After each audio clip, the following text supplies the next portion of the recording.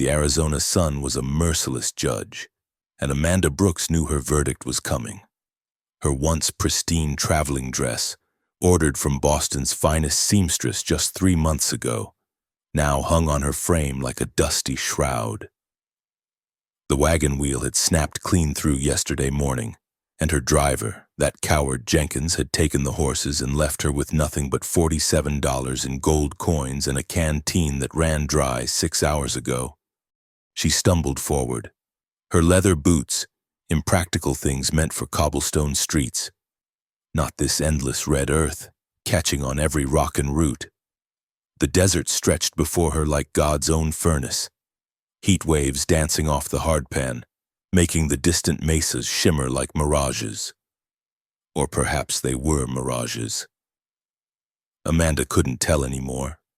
"Keep walking," she whispered through cracked lips. "Just keep walking." But walking to where? She'd fled Boston in such haste that she'd barely planned beyond reaching California. The scandal would have destroyed her, would have seen her in prison, more likely than not. Those land deeds, those contracts with the tribal signatures. She'd only been doing what Mr. Hartwell had asked. She was just a clerk in his law office, for heaven's sake. How was she to know the signatures were forged, that the whole scheme was built on theft and lies? The sun climbed higher, and Amanda's shadow shrank beneath her. She thought of her mother's parlor, with its velvet curtains drawn against the afternoon light, the gentle clink of teacups on saucers. She thought of snow. Lord, what she wouldn't give for snow. Her knees buckled. The ground was surprisingly warm through her skirts, almost comforting. Perhaps she'd rest here just a moment, just until the sun wasn't quite so fierce. "Ma'am?" The voice came from above her, young and curious. Amanda forced her eyes open, squinting against the glare. A boy sat astride a paint horse, looking down at her with dark eyes that held none of the suspicion she'd grown accustomed to in the towns she'd passed through. He couldn't have been more than 12, with sun-bronzed skin and black hair tied back with a strip of leather. "Ma'am, you don't look so good," the boy said, sliding down from his horse with the easy grace of someone born to the saddle. He uncorked a water skin and held it to her lips. "Here, drink slow." The water was warm and tasted of leather, but it was the finest thing Amanda had ever tasted.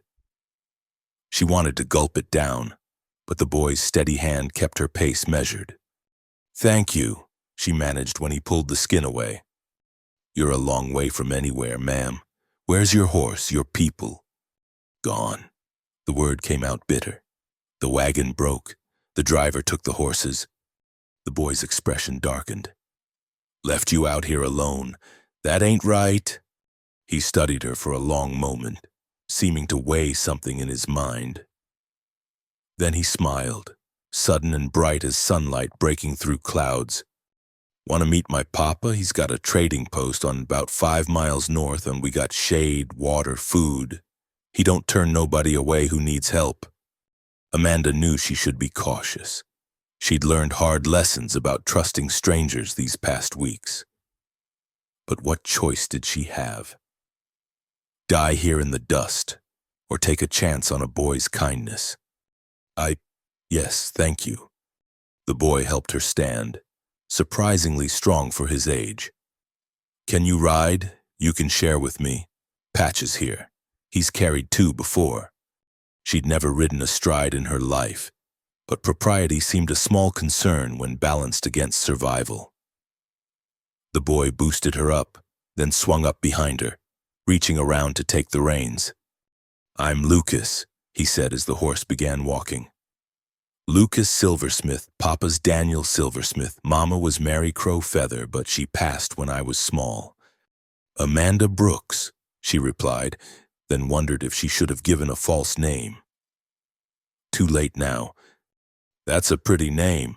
Eastern sounds like you from back east?" "Boston?" Lucas whistled low. "That's about as east as it gets." What brings you all the way out here? Amanda closed her eyes. It's a long story. Well, we got 5 miles, Lucas said cheerfully. But if you don't want to tell it, that's all right too. Papa says everybody's got a right to their own sorrows. They rode in silence for a while, the horse's steady gait rocking Amanda like a cradle. Despite everything, she found herself relaxing slightly. The boy radiated a quiet confidence, handling his mount with unconscious skill as they navigated the treacherous terrain. There, Lucas said eventually, pointing ahead. See that smoke? That's home. Amanda looked and saw buildings materializing from the heat haze. Not a town, exactly, but more than she'd expected. A main building that must be the trading post, a barn, several smaller structures, and what looked like traditional native dwellings set a bit apart. Smoke rose from multiple chimneys, and she could see figures moving about. Papa built it all himself, mostly, Lucas said with pride. Well, him and the others. We got about 20 folks here regular, more during trading season. Navajo, Apache, Mexican, American. Papa says the desert don't care where you're from, so neither should we. As they drew closer, a man emerged from the trading post, shading his eyes with one hand. He was tall and lean, with the kind of build that came from hard work rather than leisure. His hair was dark with silver at the temples, and when he smiled at his son, deep lines crinkled around his eyes. Lucas was starting to wonder. He stopped short, seeing Amanda.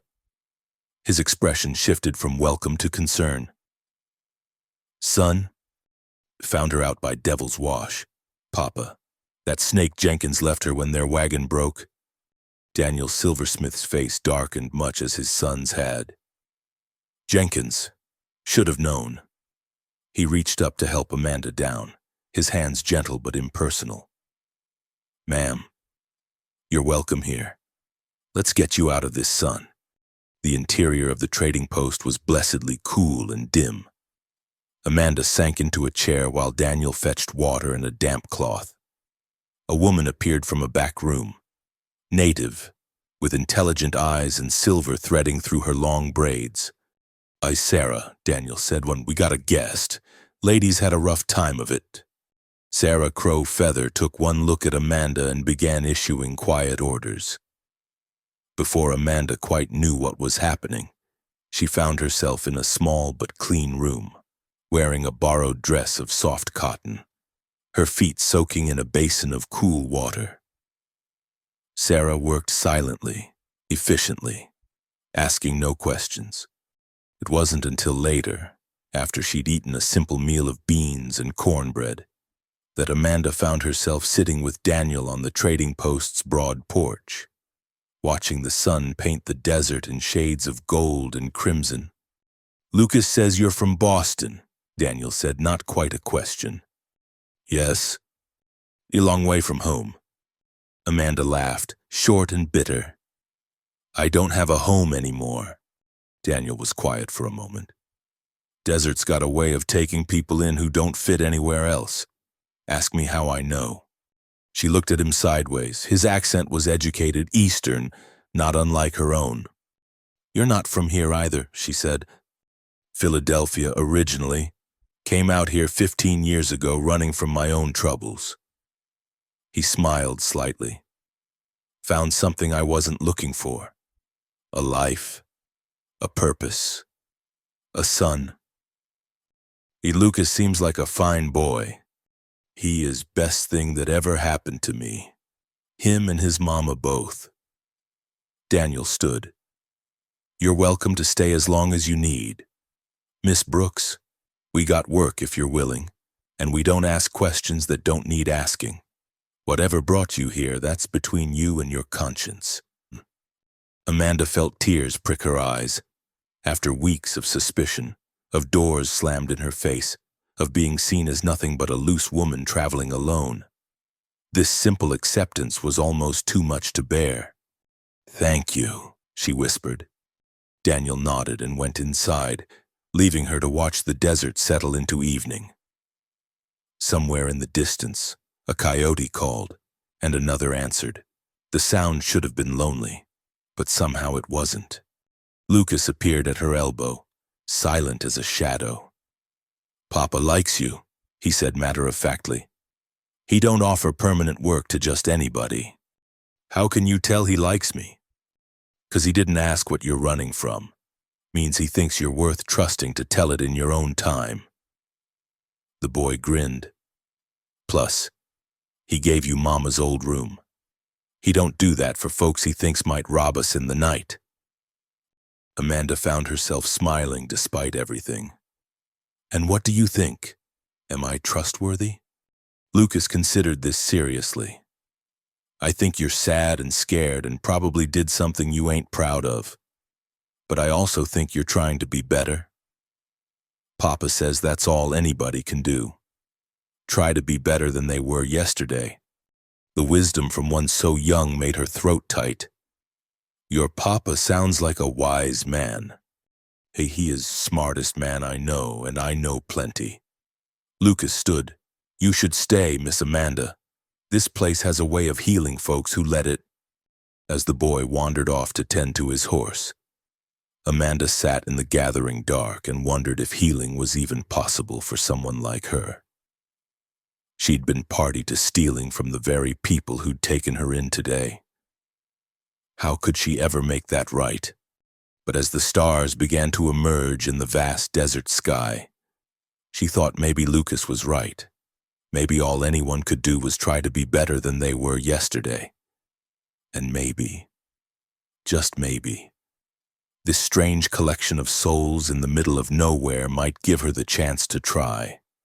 The desert wind whispered across the sand, and for the first time in weeks, Amanda Brooks stopped running, at least for tonight. Amanda woke to the sound of hammering. For a moment, she lay still, disoriented by the unfamiliar ceiling beams above her. Then memory flooded back, the desert, the boy, the trading post. She'd slept deeper than she had in weeks, without the constant fear of discovery dogging her dreams. She dressed in the borrowed cotton dress and ventured out to find the source of the noise. Behind the main building, Daniel Silversmith worked at a wooden frame, Lucas beside him holding nails. "Morning, Miss Amanda," Lucas called cheerfully. "Papa's fixing the chicken coop. Coyote got in last week." Daniel straightened, wiping sweat from his brow. "Miss Brooks, and trust you slept well?" "Better than I have in some time. Mr. Silversmith, thank you." "Just Daniel is fine." He gestured at the half-built structure. "You know anything about carpentry?" "I'm afraid not, but I'm willing to learn, if you'll teach me." A slight smile crossed his face. "Honest answer. Though I suspect you've got other skills that might be more useful." "Lucas mentioned you're from Boston. What kind of work did you do there?" Amanda hesitated. The truth was dangerous, but lying to these people who'd shown her such kindness felt worse. "I worked in a law office, bookkeeping, correspondence, document preparation." Daniel and Lucas exchanged a look she couldn't quite read. "That's so," Daniel said mildly. "Well, happens I could use some help with the books. Sarah does her best, but numbers aren't her strong suit. Would you be willing to take a look?" Of course. The trading post's office was a small room behind the main counter, papers stacked in precarious piles, ledgers scattered across a scarred wooden desk. Amanda felt something ease in her chest at the familiar sight of columns of figures, even if they were in disarray. "I'll leave you to it," Daniel said. "Anything you need, just ask." Amanda rolled up her sleeves and set to work. Within an hour, she'd identified the problem. Daniel was running at least 3 separate businesses from the trading post, but keeping them all in one ledger. There was the actual trading, freight hauling, and what appeared to be a complex network of loans to local ranchers and miners. She was deep in calculations when Sarah Crow Feather appeared with coffee and bread.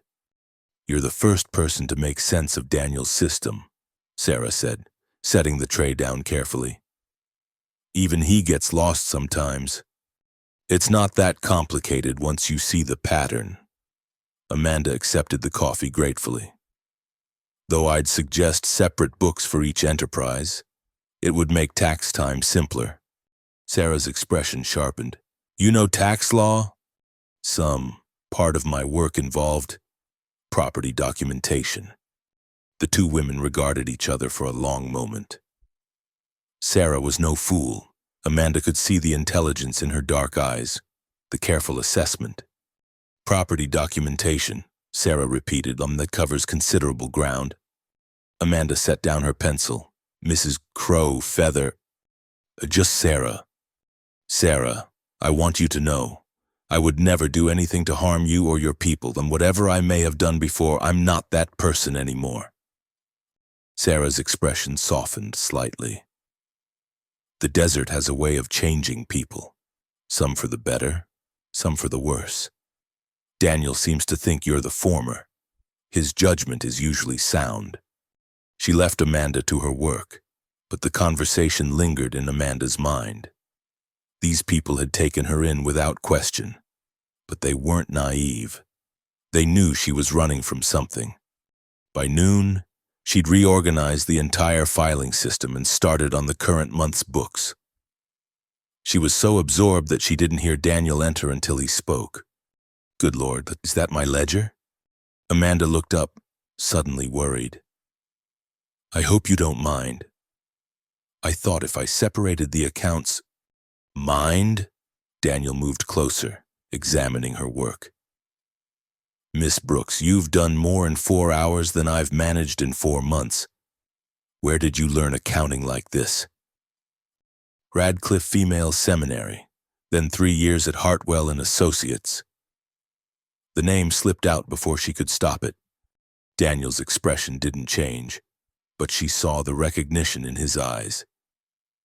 Everyone in business knew Hartwell and Associates, one of Boston's most powerful law firms, with interests stretching across the continent.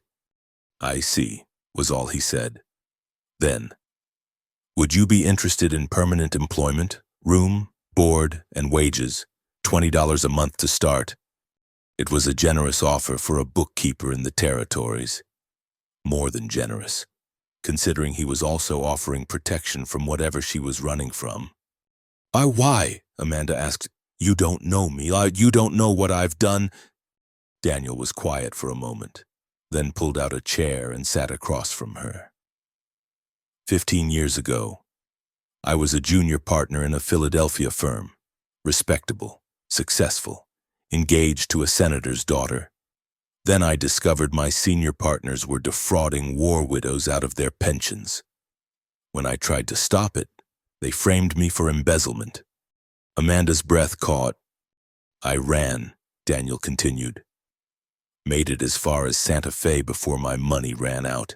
Would have died in an alley if Mary Crow Feather hadn't found me."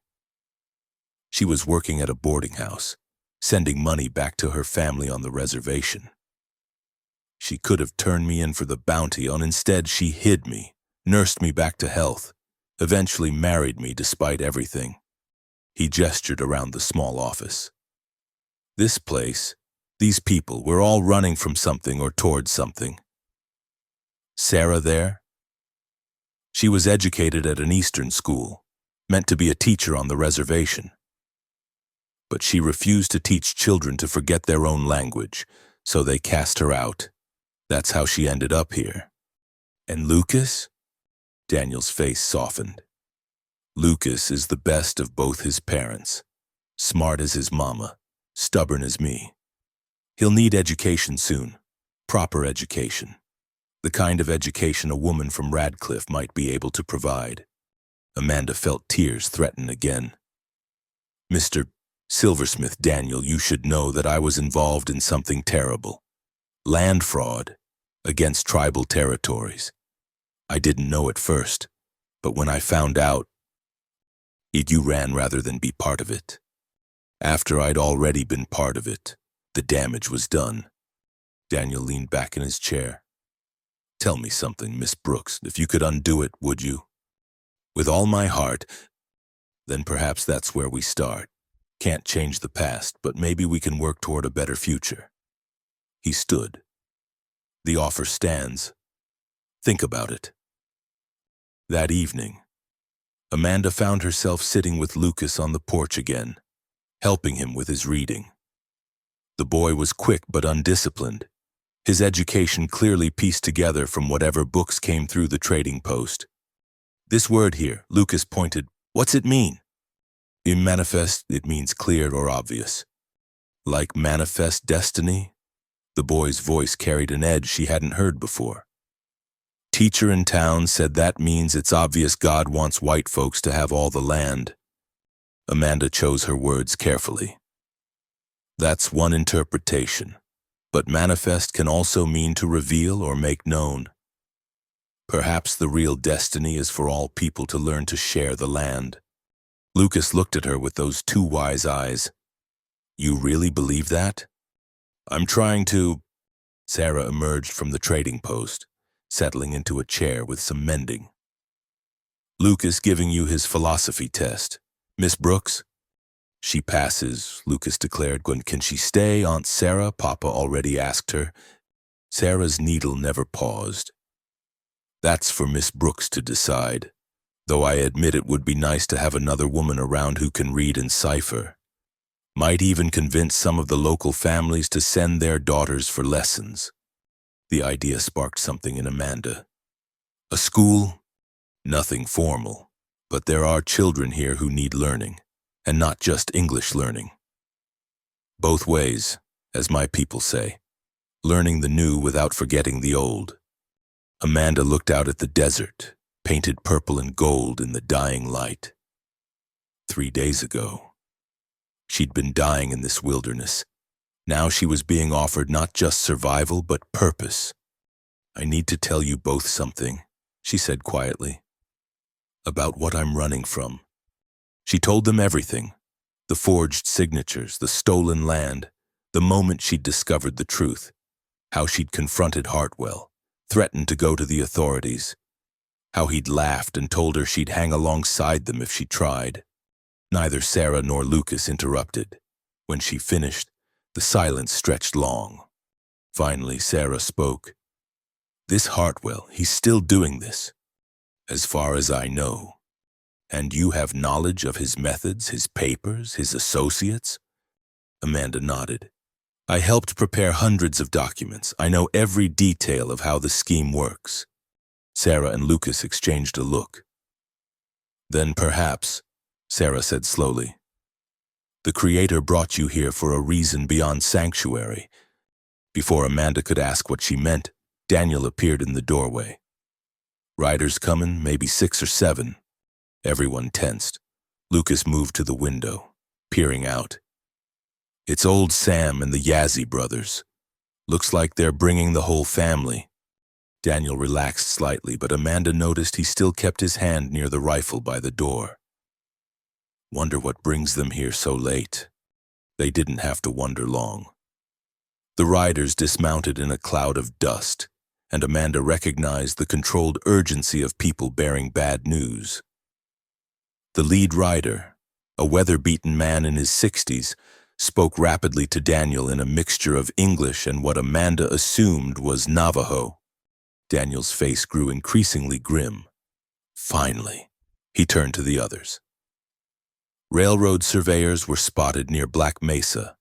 They're marking traditional grazing lands for a new route. But that's treaty land, Lucas protested. Old Sam spat in the dust. When has paper ever stopped them? Sarah stood, her mending forgotten. How many surveyors? Full crew, maybe 20 men with military escort. A military escort for a survey team. Daniel's voice was sharp. That's not standard. It is if they're expecting resistance, Sarah said quietly. She turned to Amanda. Miss Brooks, you know land law. Is there any legal way they can survey treaty-protected territory? Amanda's mind raced through possibilities. only if they claim eminent domain for federal use, or if there's a clause in the treaty allowing for renegotiation under specific circumstances. Do you have a copy of the treaty? In the strong box, Daniel said. He looked at Amanda for a long moment, seeming to make a decision. Would you be willing to examine it? Your expertise might help. The weight of the moment wasn't lost on Amanda.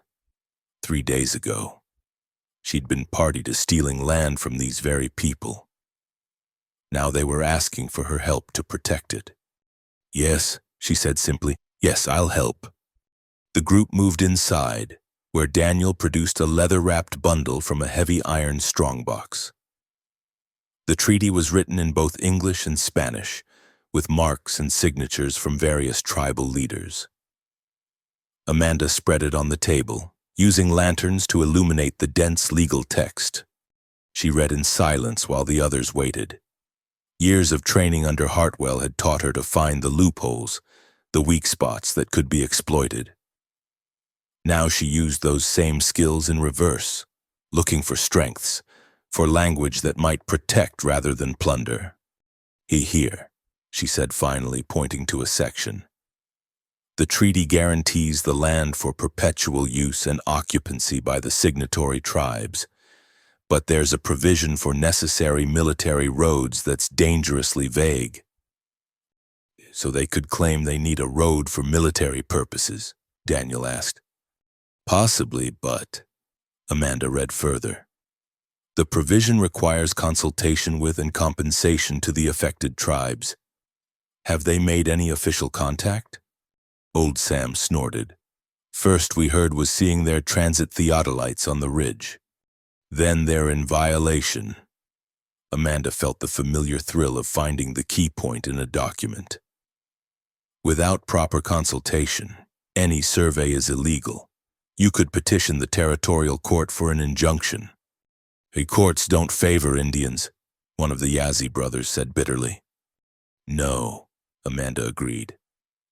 But they do favor proper procedure, and if the railroad is trying to avoid the consultation requirement, it suggests they know their claim is weak. She looked around the table. Do you have an attorney? Nearest lawyer is in Flagstaff, and he wouldn't take our case anyway, Daniel said. Amanda took a deep breath. I'm not a licensed attorney, but I know how to write legal documents. I could draft the petition. The room fell silent. Sarah was the first to speak. You would do this? I've spent 3 years helping steal land legally. Maybe it's time I helped protect it the same way. Old Sam studied her with rheumy eyes. This could bring trouble to your door, miss. Railroad companies don't like being told no. Amanda thought of Hartwell, of all the documents she'd prepared that had dispossessed families like these. I'm already in trouble. At least this would be trouble for the right reasons. Daniel nodded slowly. Then we'd be grateful for your help, Miss Brooks. They worked through the night. Amanda drafted the petition while Sarah translated key portions into Navajo and Spanish. Lucas made coffee and kept the lanterns filled. The Yazzie family and Old Sam provided details about the land in question. Water sources, grazing patterns, sacred sites that the railroad would desecrate. As dawn broke over the desert, Amanda set down her pen and flexed her cramped fingers. The petition was 12 pages of closely reasoned legal argument, citing precedents and treaty provisions, demanding not just an injunction but a full investigation into the railroad's surveying practices. It's not perfect, she said, exhausted. A real lawyer could probably improve it, but it should be enough to get a judge's attention. Daniel read through it slowly. Miss Brooks, this is remarkable. Where did you learn to write like this? From a man who used these same skills to destroy lives. She managed a tired smile. Turns out the tools themselves aren't evil. It's how you use them. Sarah touched her shoulder gently. You should rest. You've done more than enough. But Amanda shook her head. I need to make a fair copy. The court will wait. Daniel said firmly. Lucas, show Miss Brooks back to her room. Sarah, could you make sure she has something to eat? As Lucas led her away, Amanda heard old Sam speaking quietly to Daniel in Navajo. She didn't understand the words, but the tone was clear, approval, and perhaps a touch of wonder. What did he say? She asked Lucas. The boy grinned. He said maybe the Creator has a sense of humor, sending us a white woman who knows the enemy's magic.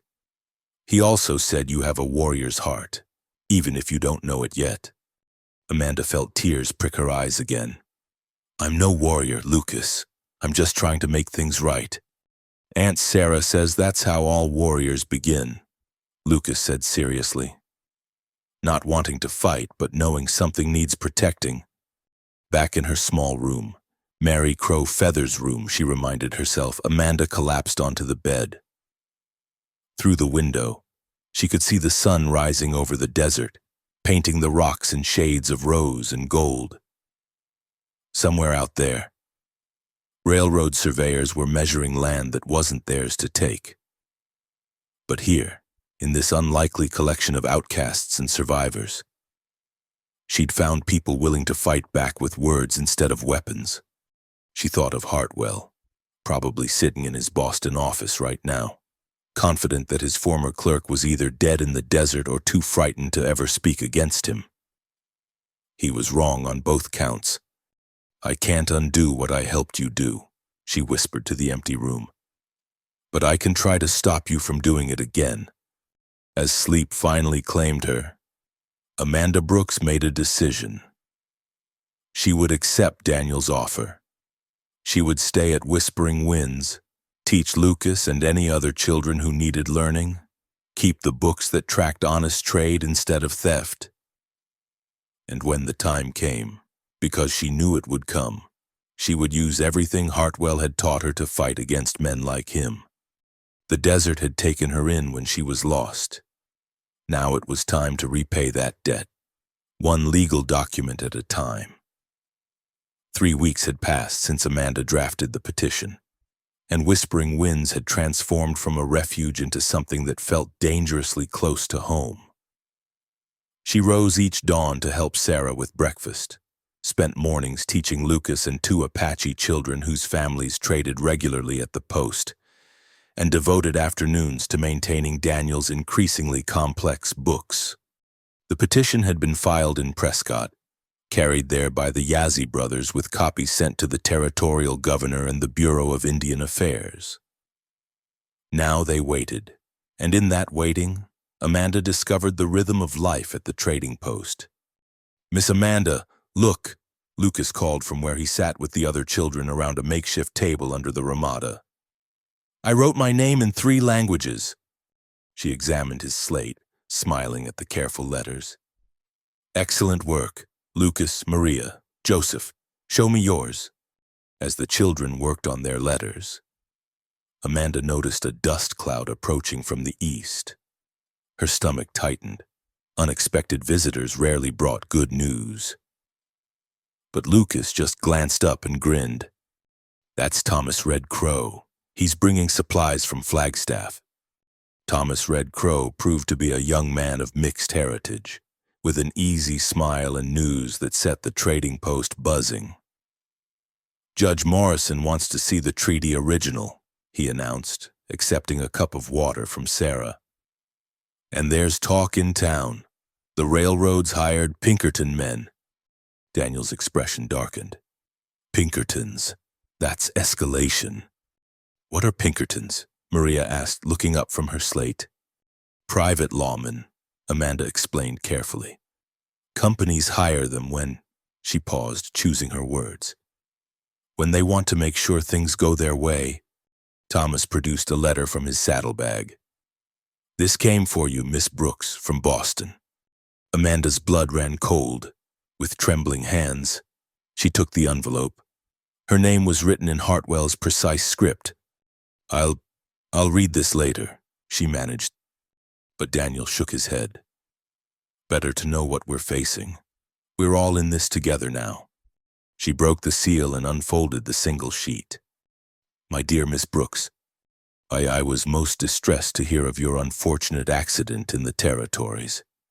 How tragic that you perished when your wagon overturned in a ravine. Your body sadly never recovered. Your mother has been informed and a memorial service was lovely. I trust you understand the permanence of your departure from polite society. The desert is vast and swallows many secrets. See that you remain one of them. Your former employer, Josiah Hartwell. He's declared me dead, Amanda said numbly. Had a memorial service and everything. Sarah took the letter, read it, and passed it to Daniel. This is a threat poorly disguised as sympathy. It's more than that, Daniel said. It's insurance. If you try to testify against him, he'll claim you're an imposter. Your testimony would be worthless. Amanda sank into a chair. In 3 short paragraphs. Hartwell had cut her last ties to her old life. Her mother thought she was dead. Her friends, such as they were, had mourned her. Elizabeth Amanda Brooks of Boston no longer existed. I'm sorry, she whispered. I've brought danger to your door. I should leave. And go where? Lucas demanded, his young face fierce. You're our teacher now. Your family. The boy's right, Thomas Red Crow said. Besides, from what I hear, you've been causing the railroad some difficulties. The survey team's been camped at Black Mesa for 2 weeks, afraid to proceed without legal clearance. Despite everything, Amanda felt a spark of satisfaction. The injunction is holding? For now. But that's why they've brought in Pinkertons. Word is they're looking for whoever drafted that petition. Professional work like that doesn't just appear from nowhere. Daniel and Sarah exchanged glances. Perhaps, Sarah said slowly. It's time we expanded our defensive strategy. That evening, after the children had been sent home and Thomas had bedded down in the barn, the adults gathered in the main room. Sarah spread a map on the table, marking locations with precise fingers. The railroad's ultimate goal isn't just Black Mesa, she explained. It's the whole corridor from Flagstaff to California, treaty lands, Mexican grant lands, homesteads, anything in their path. How do you know this? Amanda asked. Sarah smiled grimly. Because I've been collecting information for 5 years.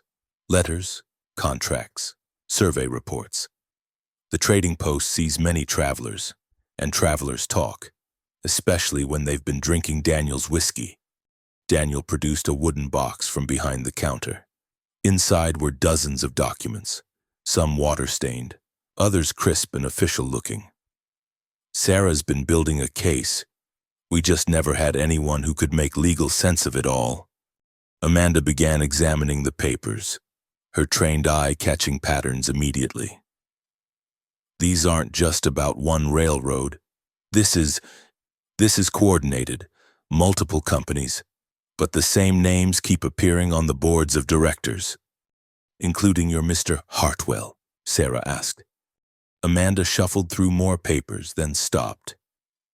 Here, Hartwell and Associates listed as legal counsel for the Western Pacific Development Company. She kept reading. Which is a subsidiary of... Oh my God. What? Daniel leaned closer. Union Pacific. They're using shell companies to circumvent the federal restrictions on how much land a single railroad can claim. She grabbed more documents, her excitement building. And here, mineral rights claims filed just days before the railroad surveys. They're not just stealing land for tracks. They're positioning themselves to control all the resources along the routes. Can we prove it? Thomas asked. With this? Amanda gestured at the papers. And what I know from Boston? Yes, but proving it and getting anyone to listen are 2 different things. Sarah stood and walked to the window, gazing out at the darkened desert. There's something else. My cousin works at the territorial capital. She says there's a federal investigator coming. Something about irregularities in land claims. Hope bloomed in Amanda's chest. A federal investigator might actually listen. If we could compile everything, create a comprehensive report, it would take weeks, Daniel said. And we'd need more than what we have here. Original documents, testimony from affected families. Then we'd better start, Amanda said firmly. Lucas, tomorrow you'll help me organize what we have. Sarah, can you reach out to your contacts? We need every scrap of evidence. What about the Pinkertons? Thomas asked. They're not going to sit idle while we build a case against their employers. Daniel smiled, but it didn't reach his eyes. Let me worry about the Pinkertons. This isn't the first time Whispering Winds has dealt with unwelcome visitors. Over the following days, the trading post transformed into a center of quiet resistance. Families arrived with stories and documents, deeds that had mysteriously disappeared from county records. Surveys that showed different boundaries than what was filed. Contracts signed with X's by people who could write their own names. Amanda worked 18-hour days, creating a massive ledger that tracked every discrepancy, every forged signature, every impossible timeline. Lucas proved invaluable, his quick mind grasping connections that even Amanda missed. Look here, he said one afternoon, pointing to a survey map. This claims the river changed course in 1871, making the land on the east bank open for claiming, but old Sam says that river hasn't moved since his grandfather's time. Environmental fraud, Amanda breathed. They're falsifying natural features to void treaty protections. She added another entry to her growing list of criminal activities. Sarah entered with a pot of coffee and news. My cousin sent word. The federal investigator is Samuel Brennan. He'll be in Prescott next month. Brennan, Daniel mused. I've heard that name. Supposed to be incorruptible. Everyone has a price, Thomas said darkly. Not everyone, Amanda countered, thinking of the people around her who'd chosen integrity over comfort. We just need to make sure he sees the truth before anyone can cloud his vision. That night, Amanda couldn't sleep. She walked out to the porch, finding Daniel already there, rifle across his knees. Expecting trouble? She asked. Always expecting, rarely surprised. He glanced at her. You should know. There's been talk in town. Questions about the new woman at Whispering Winds. Descriptions being passed around. Hartwell's doing? Most likely, the Pinkertons are thorough. Amanda wrapped her shawl tighter. I won't let my presence endanger anyone here. If I need to leave. You tried that speech already, Daniel interrupted. Answer's still the same. You're one of us now. We protect our own. Why? The question escaped before she could stop it. Why take such risks for someone you barely know? Daniel was quiet for a long moment. You know what Mary used to say? She'd say the desert doesn't care about your past, only your present.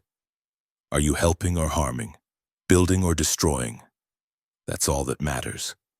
I spent 3 years destroying, and now you're building. That's the choice that counts. He shifted the rifle. Besides, Lucas would never forgive me if I let his favorite teacher disappear into the night. Despite everything, Amanda smiled. He's a remarkable boy. He is. And he's learning things from you I could never teach him. Not just letters and numbers, but how to fight injustice with intelligence instead of violence. That's worth any risk. A coyote howled in the distance, and Daniel tensed, then relaxed. Just the regular night hunter, he said.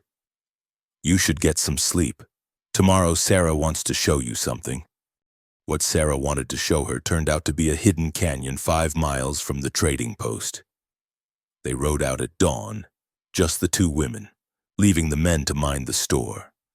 This place is sacred to my mother's people, Sarah explained as they dismounted near a spring. Ancient petroglyphs covered the rock walls, telling stories Amanda couldn't read but felt in her bones. "Why bring me here?" Sarah settled on a flat rock, gesturing for Amanda to join her. "Because you need to understand what we're really fighting for. It's not just land or water or mineral rights. It's this." She gestured at the petroglyphs. "Memory, history, the right to exist as we are, not as others would make us." Amanda studied the ancient markings. "I never thought of it that way in Boston. Land was just property, something to be bought and sold. That's the difference between your people and mine. You see ownership, we see relationship." Sarah pulled out a leather pouch, revealing dried sage. "May I?" Amanda nodded, not entirely understanding but trusting. Sarah lit the sage, letting the smoke drift between them. "In our way, when someone does wrong, they must make amends not just to the people they've harmed, but to the land itself. You carry guilt for what you did in Boston, but guilt without action is just another form of selfishness." The words stung because they were true. How do I make amends to people I've never met, land I've never seen? By protecting what remains, by using your knowledge to prevent future harm, by teaching children like Lucas that there's another way. Sarah's eyes were kind but serious. The woman who came to us from the desert was running from her past. But the woman sitting here now, she's running toward her future. They sat in companionable silence as the sun climbed higher. Amanda felt something shift inside her, a letting go of the Elizabeth Brooks who'd worn Boston society like armor. That woman had died in the desert, just as Hartwell claimed. But something new had been born at Whispering Winds. When they returned to the trading post, they found organized chaos. 3 more families had arrived with documents, and Lucas was trying to manage them all while Daniel dealt with customers. "Miss Amanda," Lucas called. "The Begay family brought their original land grant from the Mexican government. It's in Spanish, but it's stamped and everything." Amanda dove into the work with renewed purpose. Each document, each story, each piece of evidence was a brick in the wall they were building against the railroad's ambitions. By evening, she'd added 20 pages to her report. Thomas Red Crow returned from town with supplies and news. "Pinkertons are asking about a woman matching your description, offering good money for information." "How much?" Amanda asked, trying for lightness. $50, Thomas grinned. "I was tempted to turn you in myself, but Sarah makes better coffee than I'd get in any Flagstaff hotel." Despite the joke, the noose was tightening. Amanda could feel it in the way Daniel checked the windows more frequently, in how Sarah kept the shotgun within easy reach. That night, as she prepared for bed, Amanda made a decision. She lit a candle and began to write. To Mr. Samuel Brennan, federal investigator. "Sir, I write to you as someone with intimate knowledge of systematic land fraud being perpetrated across the territories. I am prepared to provide documented evidence and sworn testimony regarding these crimes, which reach to the highest levels of business and government. I am currently residing at Whispering Winds Trading Post, where I have compiled extensive documentation. I urge you to come here directly upon your arrival in the territory, as interested parties are actively working to suppress this information. Time is of the essence. Lives and livelihoods hang in the balance. Respectfully, a concerned citizen." She'd sign her real name when the time came. For now, anonymity was armor. As she sealed the letter, Lucas appeared in her doorway. "Miss Amanda, are you scared?" She considered lying, then decided he deserved truth. "Yes, very scared. But you're staying anyway." "Yes." He nodded, satisfied. "Papa says courage isn't about not being scared. It's about doing what's right despite the fear. Your papa is a wise man." So are you. He paused. When this is over, will you stay? Not just until the danger passes, but really stay. Make this your home? Amanda looked at this boy who'd found her dying in the desert, who'd offered water and hope and a new life. Where else would I go? My family is here now. Lucas smiled, bright and sudden as that first day, and disappeared back to his room. Amanda blew out the candle and lay in the darkness, listening to the night sounds of the desert. Somewhere out there, Pinkertons were hunting for her. In Boston, Hartwell was confident his secrets were safe. In Washington, men in power made decisions that affected thousands of lives they'd never bother to know. But here at Whispering Winds, people were fighting back with the tools at hand: knowledge, courage, and an unshakable belief that justice, though delayed, would eventually prevail. Tomorrow would bring new challenges. But tonight, Amanda Brooks, teacher, bookkeeper, an unlikely warrior for justice, slept peacefully in the heart of the desert that had claimed her and remade her into something stronger than she'd ever imagined possible. The telegram arrived on a Tuesday morning, carried by a nervous rider who didn't even dismount. Daniel read it, his face grave, then passed it to Amanda. E. Brennan arriving Thursday. Hartwell en route with federal marshals. Destroy everything. A friend. Amanda's hands trembled. Federal marshals? How did he? He's claiming you stole documents when you left, Daniel said quietly. Banking on his word against yours. Sarah emerged from the back room where she'd been teaching the children. Then we need to move. Now. They had 2 days. 2 days to preserve months of work, to protect the evidence that could save hundreds of families from losing their lands. Amanda's mind raced through possibilities. We can't destroy it, she said firmly. This evidence is all we have. And if the marshals find it here, they'll confiscate everything and you'll be in chains. Thomas Red Crow pointed out. He'd arrived that morning with supplies and had stayed to help organize documents. Lucas looked up from where he'd been copying maps. What about the canyon? The one Aunt Sarah showed Miss Amanda. Sarah shook her head. Too sacred. We can't bring this trouble there. Then where? Daniel paced the room, thinking. It needs to be somewhere secure but accessible. Somewhere the marshals won't think to look even if they turn this place inside out.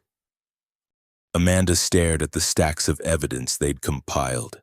Ledgers, contracts, testimonies, maps, the fruit of weeks of dangerous work. Then inspiration struck. We don't hide it, she said slowly. We file it. Everyone looked at her in confusion. I spent 3 years learning how bureaucracy works. The best place to hide something is often in plain sight, properly filed and stamped. She turned to Thomas. You said Judge Morrison requested the original treaty. What if we filed everything with the court as supporting documentation for the treaty verification? Daniel's eyes lit up. Brilliant. Once it's filed with the court, it becomes part of the official record. The marshals can't touch it without a specific warrant. And Hartwell won't know to request one because he doesn't know exactly what we have. Sarah added, they worked through the night, creating multiple copies of everything. Amanda drafted a cover letter that would accompany the filing, carefully worded to seem routine while ensuring the documents would be properly cataloged and preserved. Lucas, I need you to ride to the Yazzie Ranch, Daniel instructed, and tell them we need their fastest rider to take these to Prescott immediately. I can go myself, Lucas protested. I know the way. No. Amanda's voice was sharper than intended. You're too young for this danger. Lucas's face set in stubborn lines that reminded her painfully of his father. I'm old enough to know what's at stake. Old enough to help. You are helping, Sarah said gently. By staying here and keeping up appearances. If the marshals arrive and find only adults, they'll be suspicious. We need everything to seem normal. By dawn Wednesday, the documents were gone, racing toward Prescott in the saddlebags of Miguel Yazzie, the fastest rider in the territory.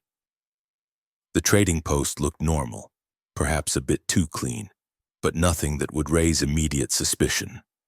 Amanda tried to maintain routine, teaching the children their morning lessons while her stomach churned with anxiety. Every approaching rider made her heart race. But Wednesday passed without incident. Thursday morning brought a dust cloud from the east. Multiple riders, moving with purpose. Positions, Daniel said quietly. He'd been a soldier once, Amanda realized. It showed in how he organized their defense, not with weapons but with careful staging. Sarah at her usual place with mending, Thomas checking inventory, Lucas helping customers. Amanda bent over the legitimate account books. The riders swept into the yard in a cloud of authority. Amanda recognized Hartwell immediately. Sitting his horse awkwardly, he'd never been comfortable outside his Boston office. With him were 3 federal marshals and 2 men who could only be Pinkertons. Mr. Silversmith, the lead marshal called. I'm Marshal Garrett. We're looking for a woman. Goes by Amanda Brooks, though she may be using another name. Daniel emerged onto the porch, wiping his hands on his apron. Can't say I know that name. Marshal? We get lots of folks through here. Hartwell dismounted, his pale eyes scanning the buildings. She's here. I know she's here. Sir, I'll need you to let us handle this, Marshal Garrett said, though his tone suggested he wasn't pleased to be playing errand boy for a Boston lawyer. Of course, Hartwell's smile was thin. I'll just have a look around your establishment. Mr. Silversmith, I trust you have no objection? Actually, I do, Daniel said mildly. This is private property. You want to search. You need a warrant. One of the Pinkertons stepped forward. The marshals have a warrant for Amanda Brooks' arrest. That gives us the right to arrest Amanda Brooks if you can find her, Sarah interrupted, emerging from the doorway. Not to ransack a lawful business. Marshal Garrett looked uncomfortable. He was a lawman, not a corporate enforcer, and the distinction clearly mattered to him. Ma'am's got a point, Mr. Hartwell. Warrants for a person, not a premises. Hartwell's face flushed. Marshal, this woman is a fugitive who stole valuable documents from my firm. Documents that could be hidden here. Then get a warrant for the documents, Daniel suggested. Judge Morrison's in Prescott, 2 days' ride there and back. Amanda forced herself to keep working on the accounts, her handwriting steady despite her racing heart. Through the window, she could see the confrontation escalating. I know you're in there, Miss Brooks, Hartwell called suddenly. Did you really think you could hide forever?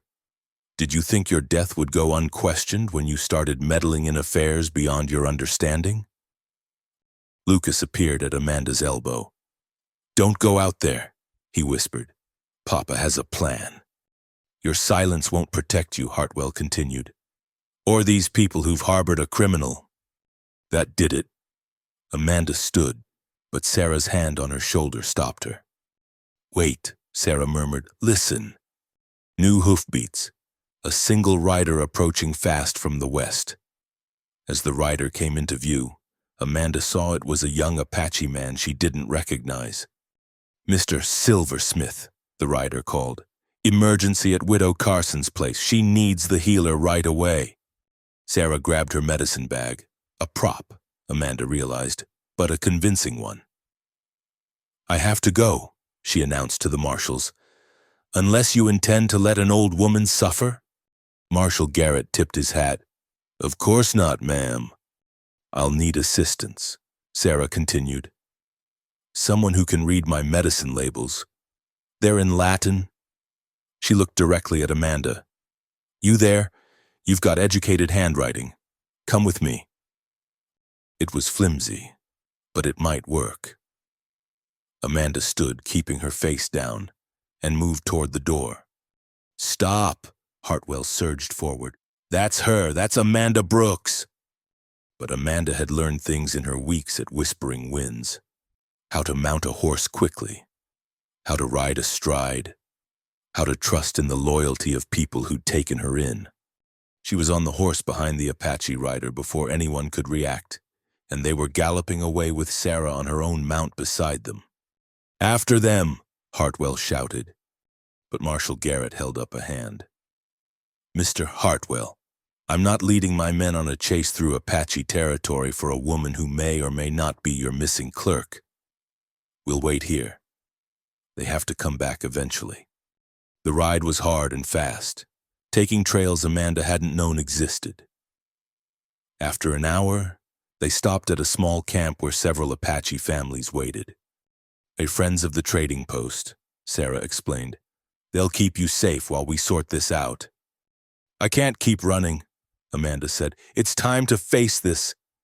Yes, Sarah agreed, but on our terms, not his. They spent the night in the camp, where Amanda learned that Widow Carson was quite well and had never needed a healer. The Apache families shared their food and asked no questions, though Amanda caught them studying her with curious eyes. Friday morning brought another rider, Thomas Red Crow, grinning broadly. Judge Morrison sent word, he announced. Samuel Brennan arrived yesterday. He's very interested in the documents filed with the court. Very interested indeed. And Hartwell? Amanda asked. Still at the trading post, getting more frustrated by the hour.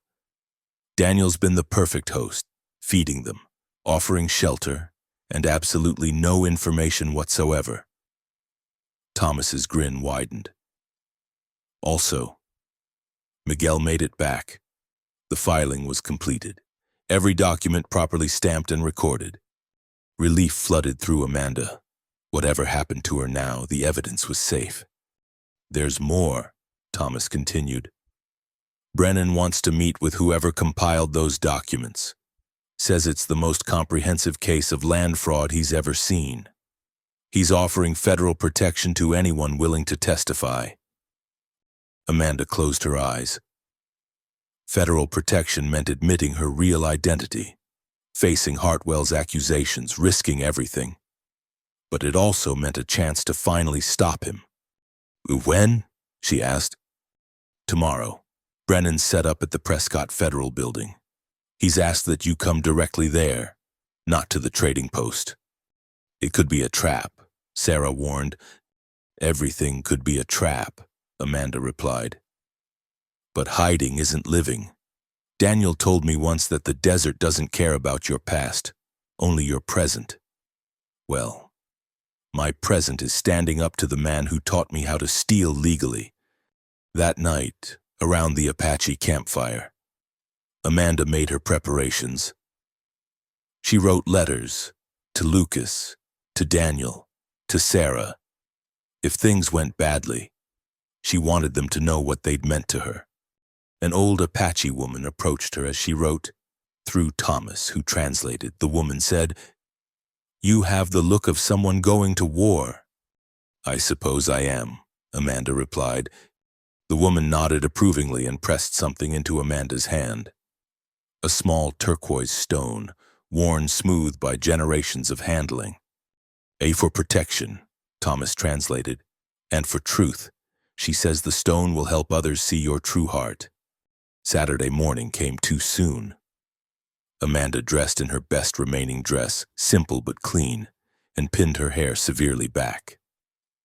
She looked like what she was, a woman ready to face judgment. The ride to Prescott took most of the day. Sarah and Thomas accompanied her, while runners had gone ahead to alert Brennan of their coming. As they approached the federal building, Amanda saw a crowd gathered outside. Word had spread, and there, on the steps, stood Hartwell with his marshals. "There," Hartwell pointed, "arrest that woman." But another voice cut through the commotion. "Stand down, Marshal Garrett."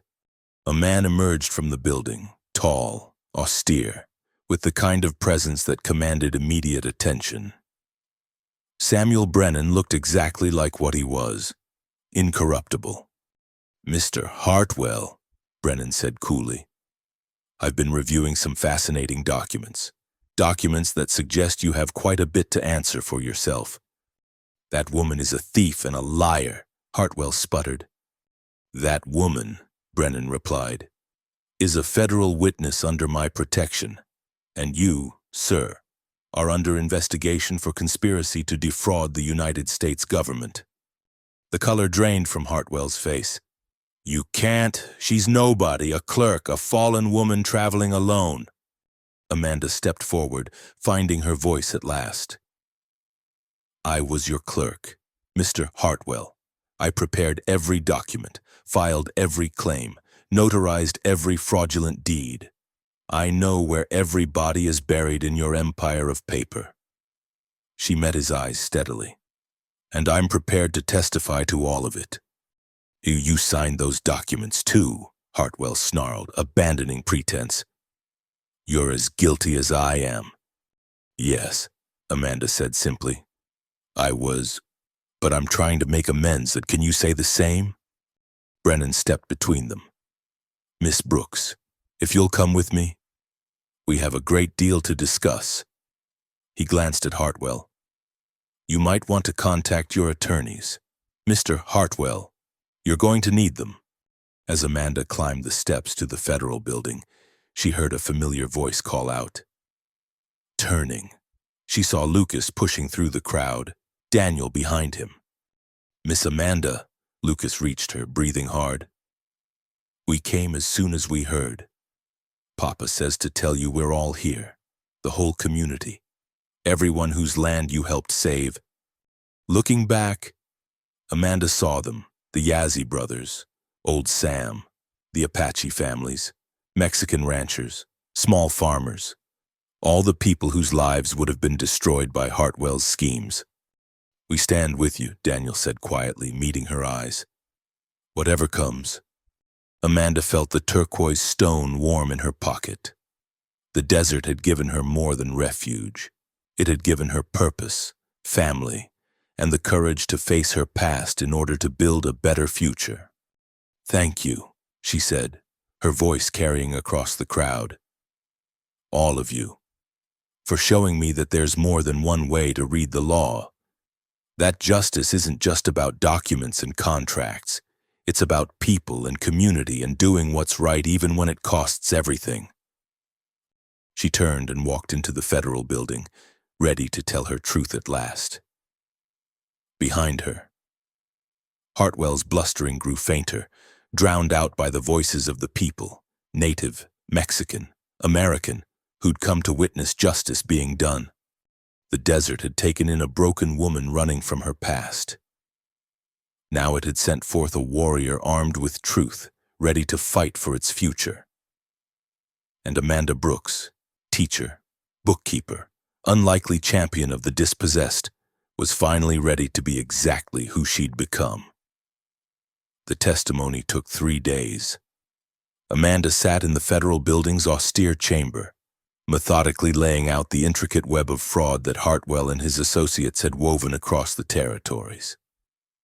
Samuel Brennan proved to be a meticulous investigator, drawing out details she hadn't even realized were significant. "This ledger entry from March 1873, Brennan pointed to a document. "Can you explain the notation?" Amanda studied her own handwriting from 2 years ago. "That's a payment to surveyors for boundary adjustments.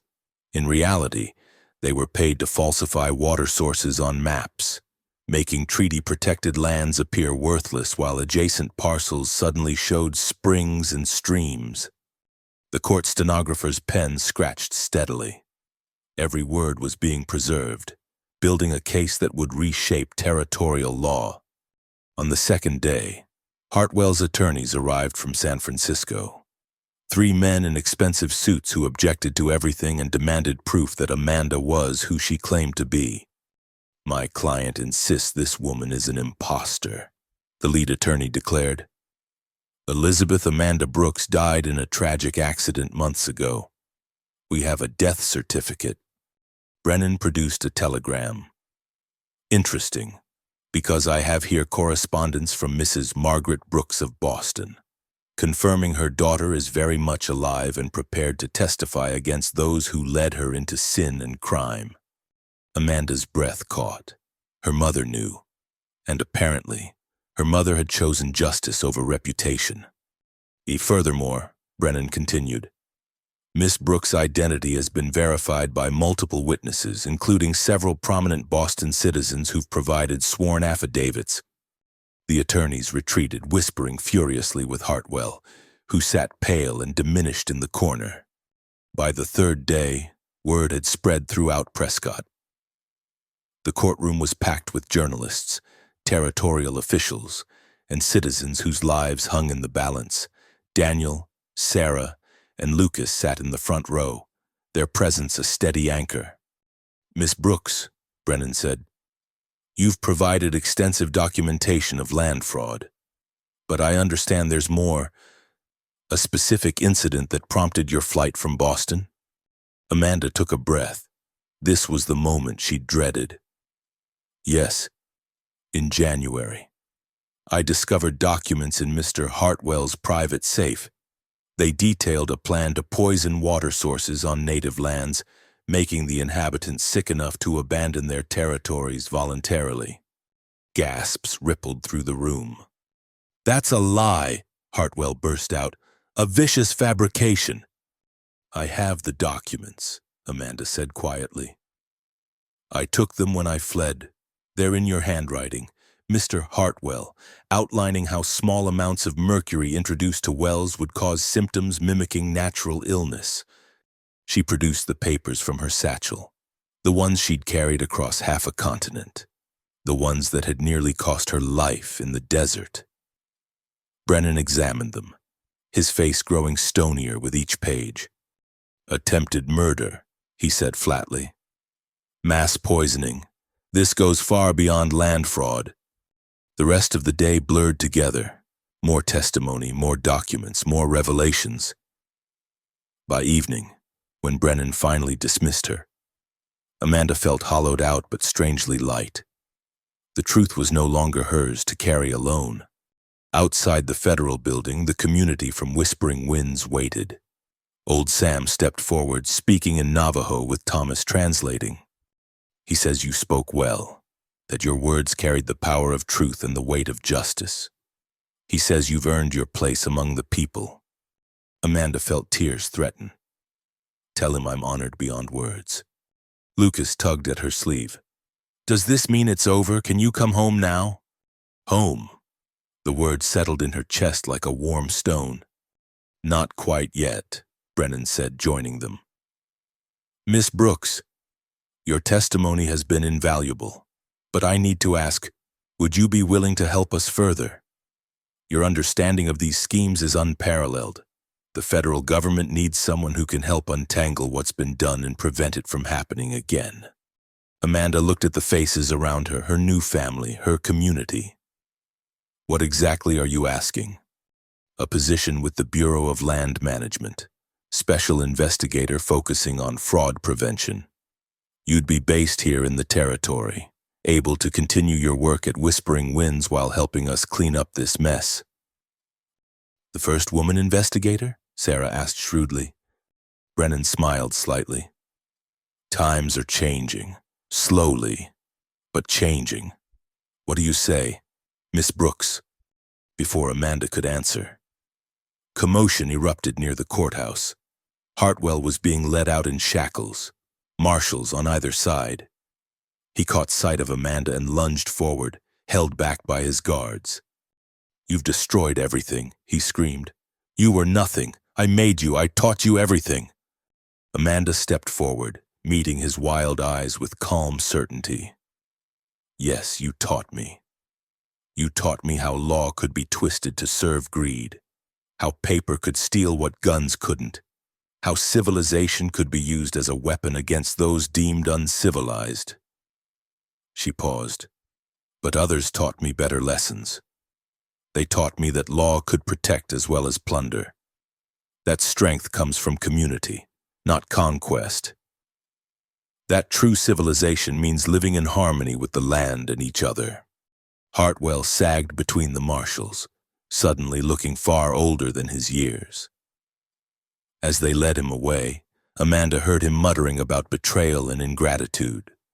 "Will he hang?" Lucas asked quietly. "No," Brennan answered. "But he'll spend many years in federal prison. His associates, too. Once we round them all up, the schemes Miss Brooks exposed involved dozens of conspirators across multiple states. That evening, they gathered at the hotel Brennan had arranged. Over dinner, plans began to form. Amanda would accept the federal position, splitting her time between investigation work and teaching at Whispering Winds. The trading post would become an unofficial outpost for land rights protection, a place where people could bring concerns and get help navigating the legal system.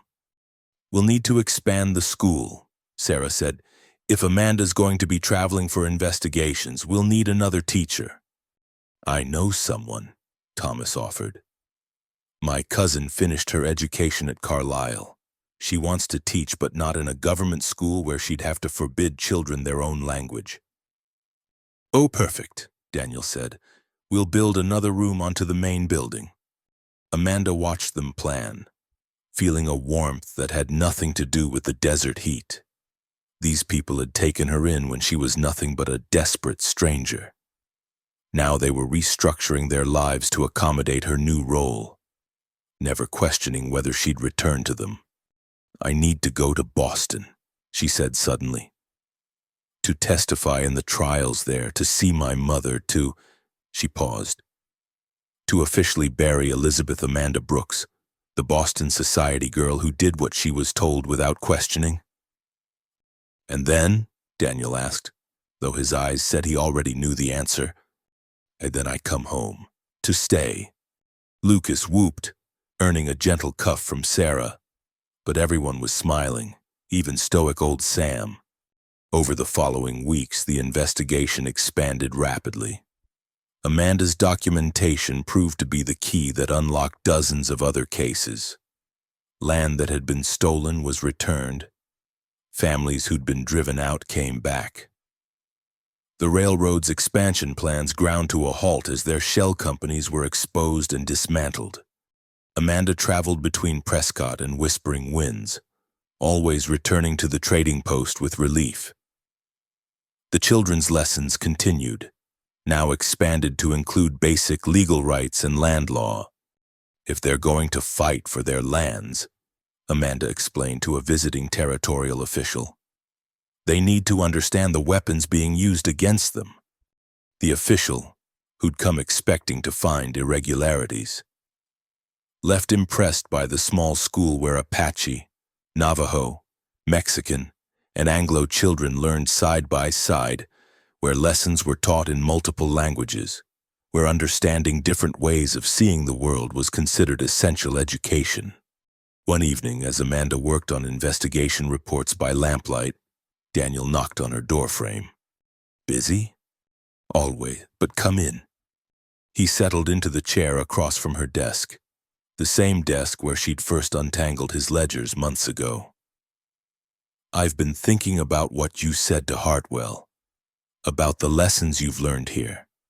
All true, I know, but I wonder if you realize what you've taught us in return." Amanda set down her pen. "I've taught children their letters and numbers. Hardly revolutionary. You've taught us that the enemy's weapons can be turned against them. That paper and law and bureaucracy aren't inherently evil. They're tools that can build or destroy depending on who wields them." He leaned forward. "You've taught Lucas that fighting doesn't always mean violence. You've taught Sarah that her dream of educated Native children who still know their own culture is possible. You've taught me." He paused, and Amanda found herself holding her breath. "You've taught me that second chances are real, that people can choose to become better than their worst mistakes." The lamp flickered between them, casting dancing shadows on the adobe walls. Outside, a nighthawk called, and the desert wind whispered secrets to the stars.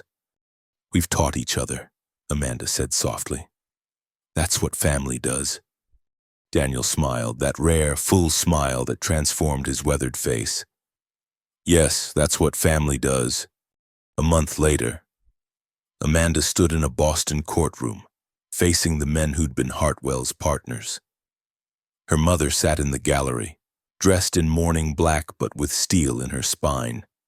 They'd had their reunion, tears and recriminations giving way to understanding and a fierce pride in what Amanda had become.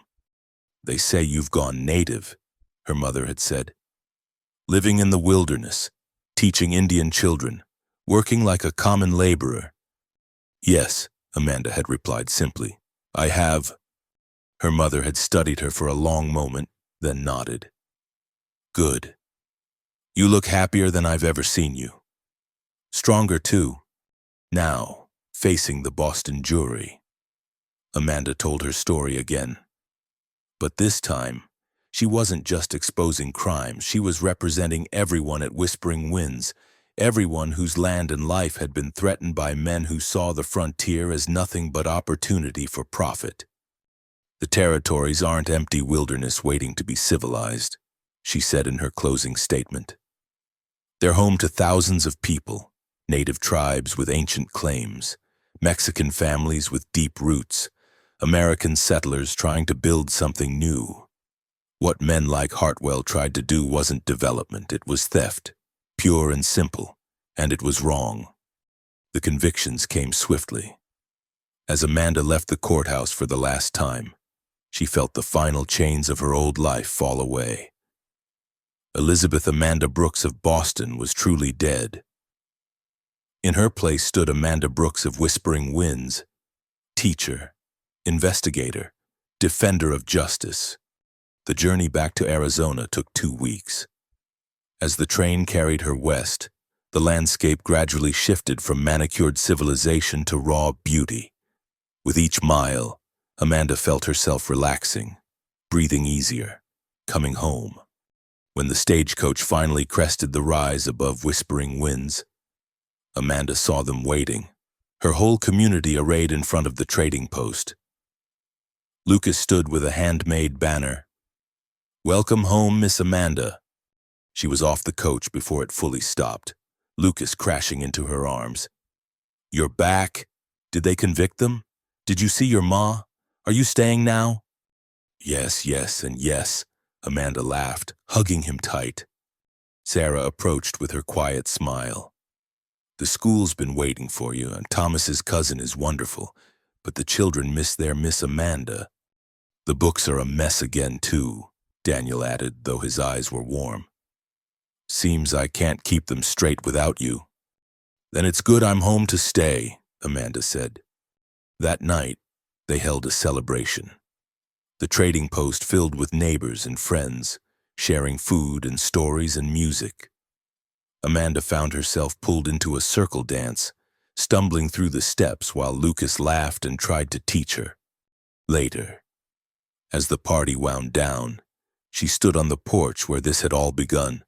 The desert stretched out beneath the stars, vast and timeless and beautiful. But it no longer seemed empty or hostile. It was simply home. No regrets? Sarah asked, joining her. Amanda thought of her comfortable life in Boston, of the career she might have had, the marriage she'd been expected to make, the woman she'd been supposed to become. None, she said firmly. I was traveling through, running from my past. But a Navajo boy asked if I wanted to meet his papa, and turned me around, turned me into who I was meant to be. In the distance, coyotes sang their ancient songs. The desert wind carried the scent of sage and possibility. And Amanda Brooks, no longer lost, no longer running, stood surrounded by family she'd chosen and who'd chosen her, ready for whatever tomorrow might bring. The transformation was complete. From Boston clerk complicit in theft to territorial investigator fighting for justice. From desperate refugee to beloved teacher. From stranger to family. The desert had worked its alchemy, turning lead into gold, fear into courage, isolation into community, and at the heart of it all was a simple truth. Sometimes getting lost is the only way to find where you truly belong. The moon was new, leaving the desert in perfect darkness. Amanda crouched behind a cluster of rocks, her heart hammering against her ribs. Beside her, Lucas breathed steadily, calm as his father despite his youth. On her other side, Robert Yazzie checked his camera equipment one final time. "You sure about this, Miss Amanda?" Thomas Red Crow whispered from behind them. "Once we go in, there's no turning back." Amanda thought of the report that had arrived last week. Wells on 3 reservations showing signs of mercury poisoning, just as the documents she'd stolen from Hartwell had predicted. The federal investigation had stopped the conspiracy's leaders. But the operation itself had continued, run by men whose names never appeared on any papers. "I'm sure," she said, "the courts need proof. Documents can be disputed, but photographs can't lie." Robert finished. He was young, barely 20, but his talent with the new portable cameras had already earned him recognition in Prescott. "I've got enough magnesium powder for maybe 12 flashes. We'll have to make each one count." The Silver Creek mining camp lay half a mile ahead, its buildings dark except for 2 lit windows in the main office.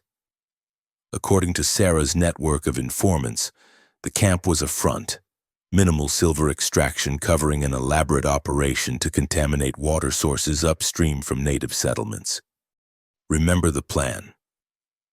Daniel's voice came through the darkness.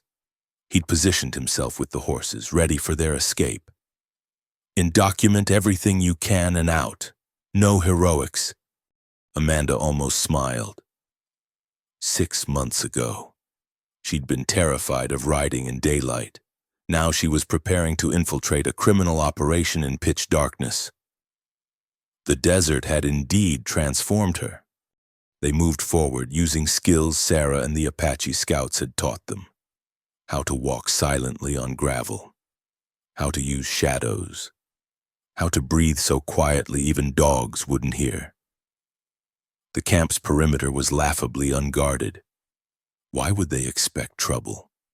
They were supposed to be protected by law, by paper, by the very systems Amanda had once helped corrupt.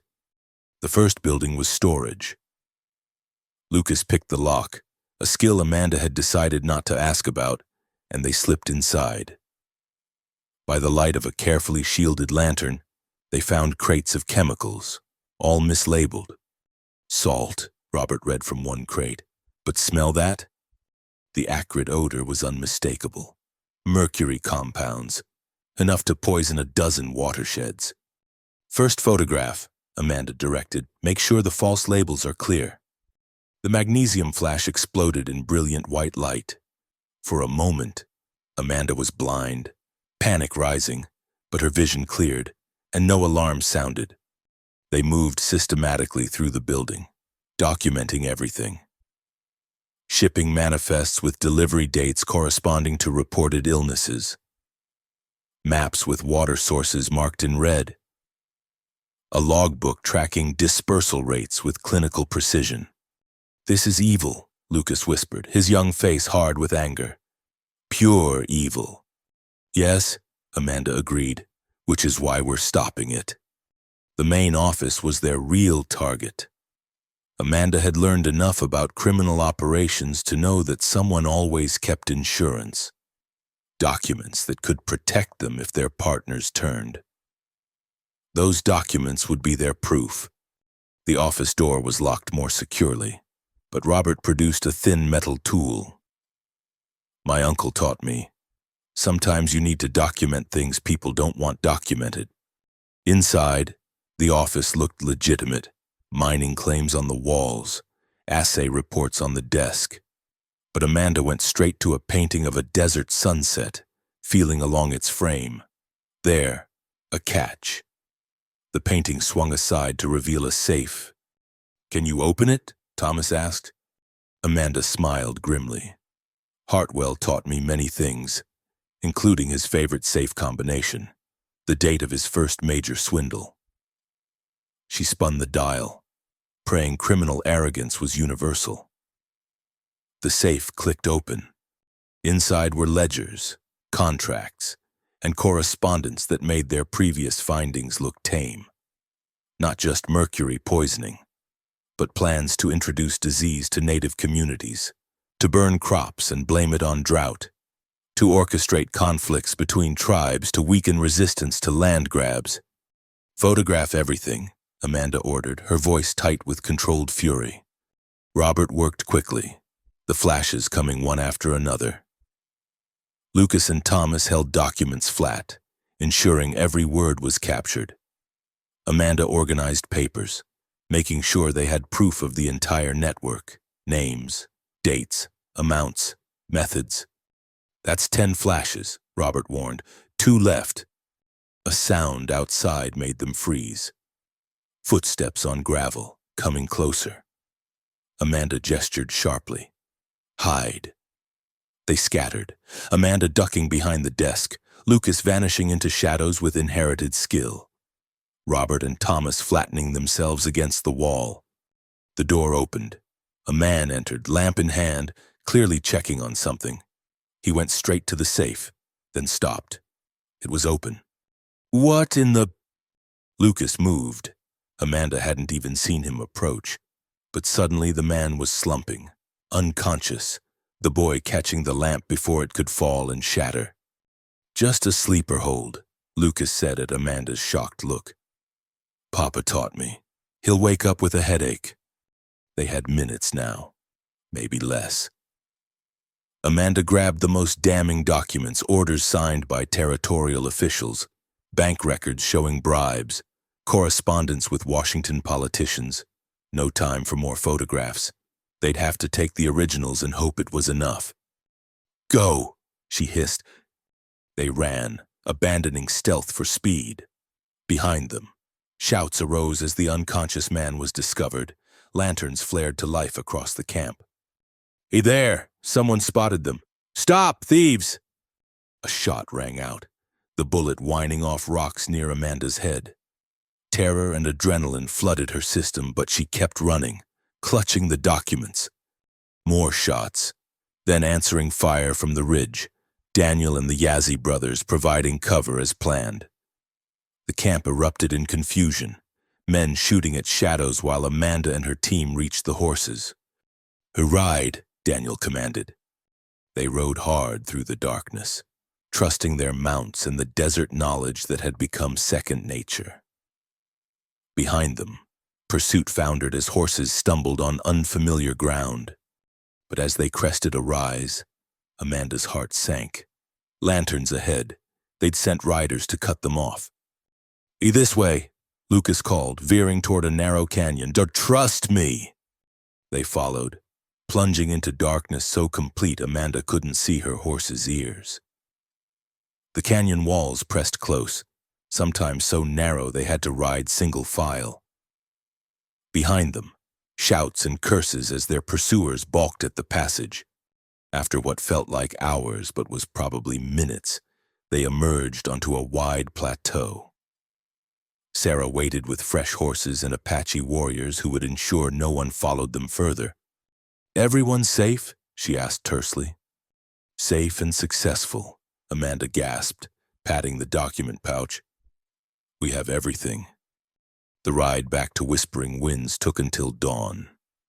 As the sun painted the desert in shades of gold and pink, Amanda realized her hands were shaking, not from fear, but from the magnitude of what they'd done.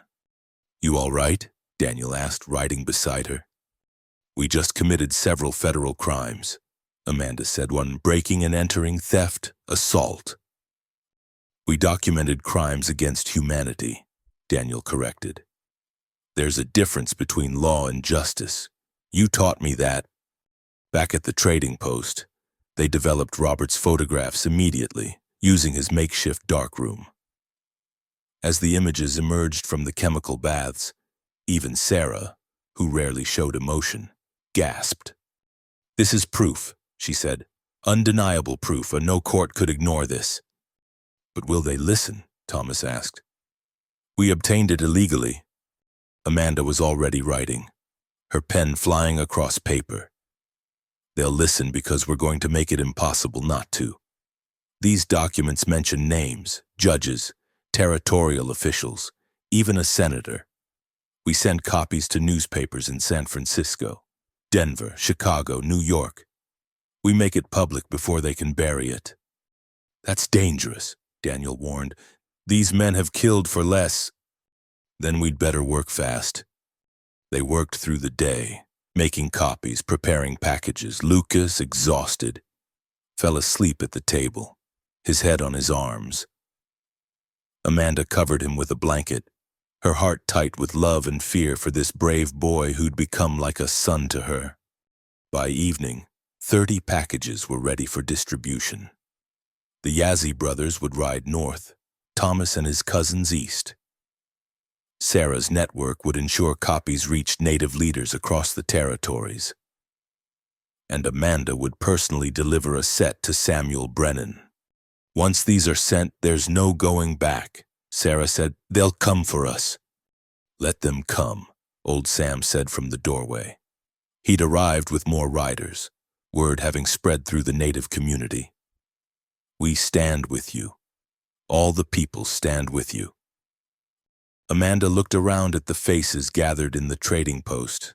Apache, Navajo, Mexican, Anglo, united not by blood but by purpose. This was what the poisoners and land thieves feared most. Not violence, but solidarity. Not warfare, but justice.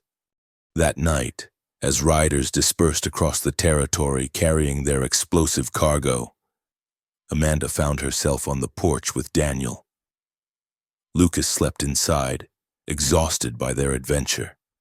I've been thinking, Daniel said quietly, about fear and courage, about the choices we make. Amanda waited, knowing he'd continue when ready. When Mary died, I thought my life was over. Thought I'd just manage the trading post, raise Lucas, grow old in the desert, safe, predictable. He turned to her. Then you arrived, half dead and fully terrified, and everything changed. You brought danger to our door, yes. But you also brought purpose, hope, the belief that things could be better. Hey, Daniel, so let me finish. What we did tonight, what you led us to do, that's the most important thing I've been part of since the war. Win or lose, we stood up. We said no. We fought back with truth instead of bullets. He paused. I'm proud to stand with you, Amanda Brooks. Proud to have you in our family. Tears blurred Amanda's vision. I never meant to involve Lucas in danger, if anything happens to him. Lucas chose his path just as you chose yours. We can't protect our children from the world's evil. We can only teach them to fight it. Daniel's hand found hers in the darkness. Besides, he's got 2 parents now to watch over him. The word hung between them, heavy with implication. Amanda's heart raced, but before she could respond, hoofbeats announced a rider approaching fast. Robert Yazzie burst into view, his horse lathered with sweat. They're coming, federal marshals, maybe 20 men. They'll be here by dawn. Amanda stood, her moment with Daniel forgotten in the face of immediate danger. Then we prepare. Sarah, gather the women and children. Anyone who wants to leave. No one's leaving, Sarah interrupted. This is our stand too. As the night deepened, whispering winds transformed into a fortress of truth. Documents were hidden in places no search would find. The photographs were already gone, racing toward newspapers and federal offices. And the people, the beautiful, brave, stubborn people prepared to face whatever came with the dawn. Amanda looked at the stars, thinking of the woman she'd been when she first saw them from this porch. Frightened, alone, running from justice. Now she stood surrounded by family, fighting for justice, ready to face the consequences of doing right. "No matter what happens tomorrow," she said to the desert wind, "it was worth it, all of it." Inside, Lucas stirred in his sleep, murmuring something about heroes and home. Amanda smiled. Heroes were just ordinary people who chose to act when action was needed. And home. Home was where you stood your ground, where you fought for what mattered, where love made you brave enough to face any danger. The eastern sky began to lighten. Soon, very soon, their greatest test would arrive. But Amanda Brooks, teacher, investigator, unlikely warrior, was ready. They all were. Because sometimes, the most powerful weapon against injustice isn't a gun or a law or even a fortune. Sometimes it's simply people willing to stand together and say, "No more, not here, not to us, not to anyone." The desert waited with them, ancient and patient, ready to witness whatever the dawn would bring. Dawn broke over whispering winds with unusual brilliance, as if the desert itself wanted to illuminate what was to come. Amanda stood on the porch in her best dress, the same simple blue cotton she'd worn to face Brennan months ago. Around her, the community gathered, men and women, elders and children, all dressed in their finest clothes. This would be no skulking surrender. They would meet their fate with dignity. The dust cloud appeared on the eastern horizon just after sunrise. 20 riders, as Robert had warned, their brass buttons glinting in the early light. At their head rode Marshal Garrett, the same man who'd come with Hartwell. But this time, his expression held something different. Respect, perhaps, or resignation. Beside him rode a man Amanda didn't recognize. Tall, silver-haired, with the bearing of someone used to wielding authority. As they drew closer, she saw the federal judge's insignia on his coat. "Judge Theodore Morrison," Daniel murmured. "From Prescott. He's the one who accepted our treaty filing." The riders pulled up in the yard, but didn't dismount immediately. Judge Morrison's eyes swept over the assembled crowd, easily 60 people now, with more arriving from outlying areas. "Miss Amanda Brooks," the judge called. Amanda stepped forward. "I am she. I have a warrant for your arrest on charges of breaking and entering, theft of private documents, and conspiracy to commit industrial sabotage." He paused. "I also have a telegram from Washington that arrived this morning. Would you like me to read it publicly or privately?"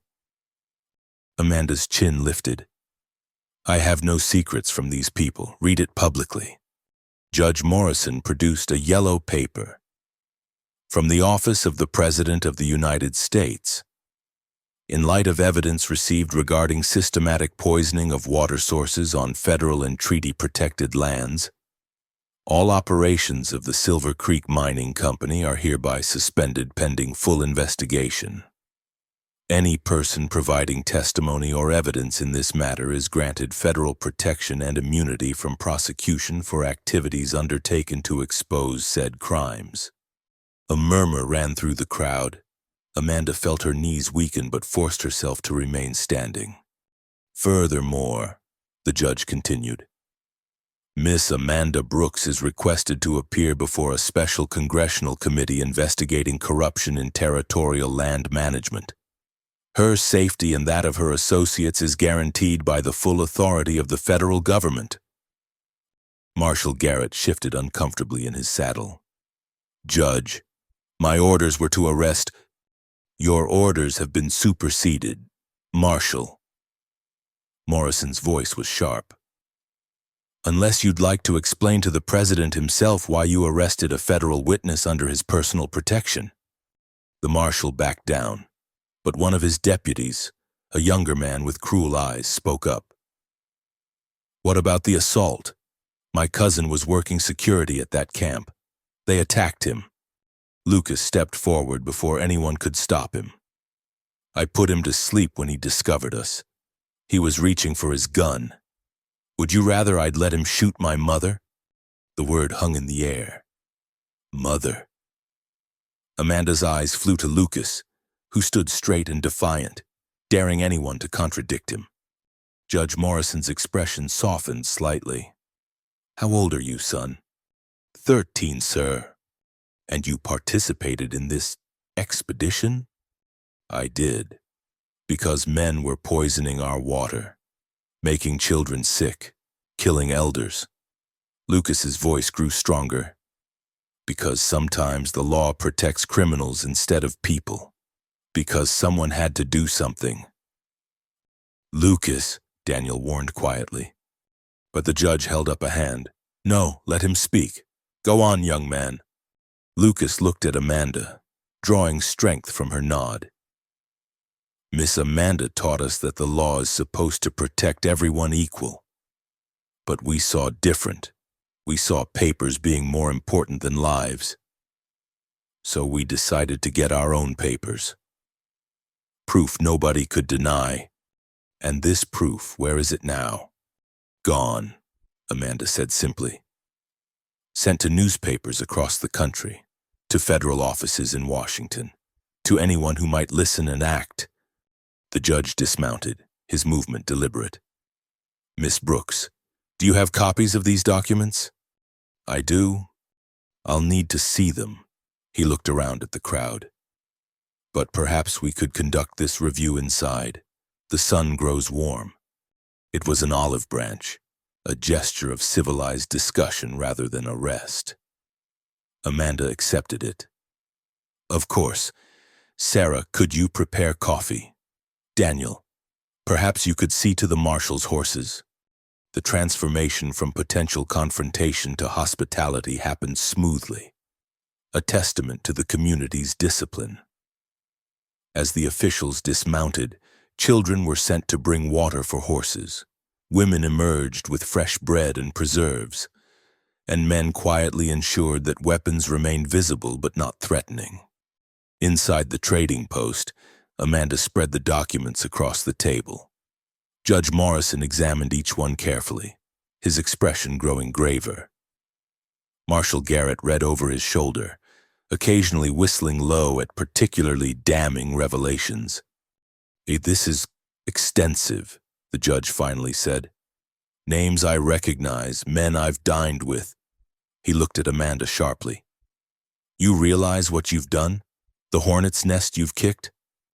We revealed a conspiracy to commit murder through environmental poisoning. Amanda replied steadily. If that disturbs hornets, perhaps it's time their nest was destroyed. The methods, though, were the only ones available to us. Sarah entered with coffee, her presence adding weight to Amanda's words. We tried legal channels first, the petition, the injunction, all proper and lawful. But when we realized the poisoning had already begun, that people were dying while we waited for court dates.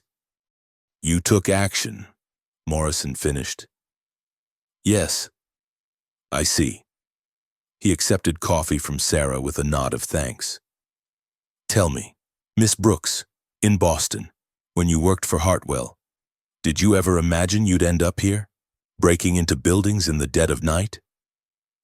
Amanda considered the question seriously. No.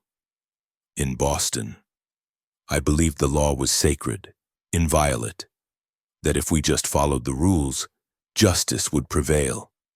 She gestured around the room, at the native artwork on the walls, the mix of cultures represented by the people visible through the windows. Here, I learned that law without conscience is just organized theft. That justice sometimes requires irregular methods. Vigilante justice, some would say, a documentary evidence gathering. I would counter. Amanda pulled out Robert's photographs. These images show crimes in progress. Would you have preferred we let people continue to die while we petitioned courts that might be compromised? Morrison studied the photographs, his face paling at some images. Dear God, the scope of this, goes to the highest levels, Amanda confirmed. That senator mentioned in the letters? He's on the Committee for Indian Affairs, the judge who kept dismissing our petitions. His brother-in-law sits on the mining company's board. Marshall Garrett set down his coffee cup hard. Judge, if even half of this is true, it's all true, Morrison said quietly. God help us, it's all true. I've been willfully blind, hiding behind procedure while people suffered. He looked at Amanda with new respect. You have courage, Miss Brooks, more than judges and lawmen who should have acted long ago. A commotion outside drew their attention. Through the window, Amanda saw more riders approaching, but these wore no uniforms. Instead, she recognized Samuel Brennan's austere figure, accompanied by what looked like journalists, their notebooks already out. Ah, Morrison said dryly. The press arrives. How convenient. We invited them, Amanda admitted, sunlight being the best disinfectant for corruption. Brennan entered without ceremony, his eyes taking in the scene. Judge Morrison, Marshall, Miss Brooks. He smiled slightly. I see the telegram reached you in time. You knew about this? Morrison asked. I suspected Miss Brooks wouldn't sit idle while people were being poisoned. When reports of a midnight raid reached me, along with packages of extremely disturbing evidence, I moved quickly to ensure her protection. Brennan turned to Amanda. The president was most impressed by your documentation. He asked me to convey his personal thanks. I don't want thanks, Amanda said. I want the poisoning stopped. Already done. Federal troops seized the Silver Creek camp this morning. Several men are in custody and they're talking, naming names, as they say. Brennan's smile was sharp. It seems when faced with charges of attempted mass murder, loyalty to employers evaporates quickly. The journalists had crowded in, scribbling notes. One raised his hand like a schoolboy. Miss Brooks, is it true you were declared legally dead in Boston? Amanda felt the weight of the moment. Her answer would be printed across the nation, her story becoming part of the public record. No more hiding. Yes, she said clearly. My former employer, Josiah Hartwell, had me declared dead when I fled with evidence of his crimes. He thought a dead woman couldn't testify. She smiled. He was wrong. And you've been living here, teaching Indian children? Lucas pushed through the crowd to stand beside her. She teaches all children, Apache, Navajo, Mexican, Anglo, anyone who wants to learn. The journalist focused on Lucas. And you are? Lucas Silversmith, her son. Daniel moved to Amanda's other side, his presence solid and reassuring. My son. Our son. The implications were clear. The journalist scribbled faster. Judge Morrison stood. Gentlemen of the press, while I appreciate your interest, we have legal matters to discuss. Perhaps you could interview the community outside. I'm sure they have much to tell about the poisoning's effects. As the journalists filed out, eager for more stories, Morrison turned back to Amanda. The congressional hearing. You'll need to go to Washington. I understand. It will be difficult. These men have resources, influence. They'll try to discredit you, paint you as a fallen woman, a hysteric, a liar.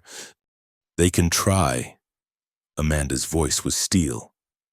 But I have truth on my side, and I have these people, their stories, their suffering, their courage. I won't go to Washington alone. No, Sarah said quietly, you won't. Over the following hours, plans took shape. A delegation would accompany Amanda to Washington. Sarah, old Sam, the Yazzie brothers, Robert with his photographs. They would bring the truth of the territories to the marble halls of power. It will need funds, Daniel said practically, travel, lodging, proper clothes for the hearing. Already arranged, Brennan announced.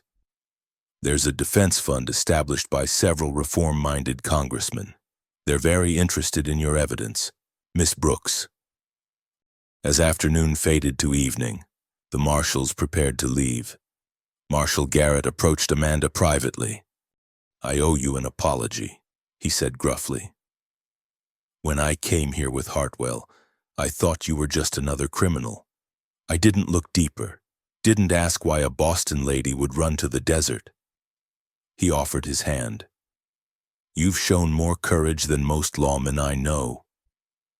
Amanda shook his hand. "We all do what we think is right at the time. The important thing is being willing to change when we learn better." That night, Whispering Winds celebrated, not with wild abandon, but with the quiet joy of people who'd faced down power and survived. The children performed a play Lucas had written about brave truth-tellers defeating lying giants. The women cooked feast dishes from 3 cultures. The men sang songs of justice and homecoming. Amanda found herself on the porch again, but this time she wasn't alone. Daniel stood beside her, Lucas leaning against the railing, Sarah sitting in her usual chair with her mending that never seemed to get done during celebrations. "Are you ready for this?" Daniel asked. "Washington will be nothing like here. Politics and manipulation and people who smile while planning your destruction." "I survived Boston society," Amanda said wryly. "How much worse can Washington be?" "You'll shine them with truth," Lucas said confidently. "Just like you taught us, facts clearly presented, evidence properly documented, and no backing down when you're right." Sarah looked up from her mending. "You've given us weapons to fight with, Amanda. Now it's time to use them where they'll do the most good." A shooting star streaked across the desert sky. Lucas pointed excitedly. "Make a wish!" Amanda closed her eyes, but she didn't wish. Instead, she gave thanks. For the boy who'd found her dying in the desert. For the man who'd given her shelter and purpose and love. For the woman who'd shown her that strength came in many forms. For the community that had transformed her from refugee to warrior. When she opened her eyes, her family was watching her with expressions of such faith and love that her breath caught. "I won't let you down," she promised. "You couldn't," Daniel said simply. "Not the woman who rode through darkness to steal truth from liars. Not the teacher who shows children they can change the world with words and courage. Not the mother who—" He stopped, color rising in his weathered cheeks. But Amanda understood. Mother, partner, warrior, teacher. She was all of these now. Forged in desert fire and tempered by community love. Tomorrow would bring new challenges. The train to Washington, the congressional hearing, the fight to make powerful men acknowledge their crimes. But tonight, surrounded by her chosen family, Amanda Brooks felt ready for anything. The desert wind carried the scent of sage and possibility, just as it had that first night. But now Amanda wasn't running from anything. She was running toward justice, toward truth, toward a future where children of all colors could drink clean water and learn in peace, and she wouldn't be running alone. 5 years had passed since Amanda Brooks testified before Congress. 5 years since her words and evidence had helped reshape federal policy on territorial land management. The desert sun that had once nearly killed her now warmed her face as she stood before the newest building at Whispering Winds. A proper schoolhouse, built with funds from the settlement against the mining companies. "Mama Amanda, are you ready?" Lucas called from the doorway. At 18, he'd grown tall and broad-shouldered like his father, but his quick mind and gentle heart remained unchanged. In 2 weeks, he would leave for Harvard, the first from their community to attend university. His education funded by a scholarship established for victims of the poisoning conspiracy. "Just a moment," Amanda replied, adjusting the simple silver pin at her throat, Daniel's wedding gift, crafted with his own hands 3 years ago when they'd finally made official what the community had long recognized. The schoolhouse was already filling with people.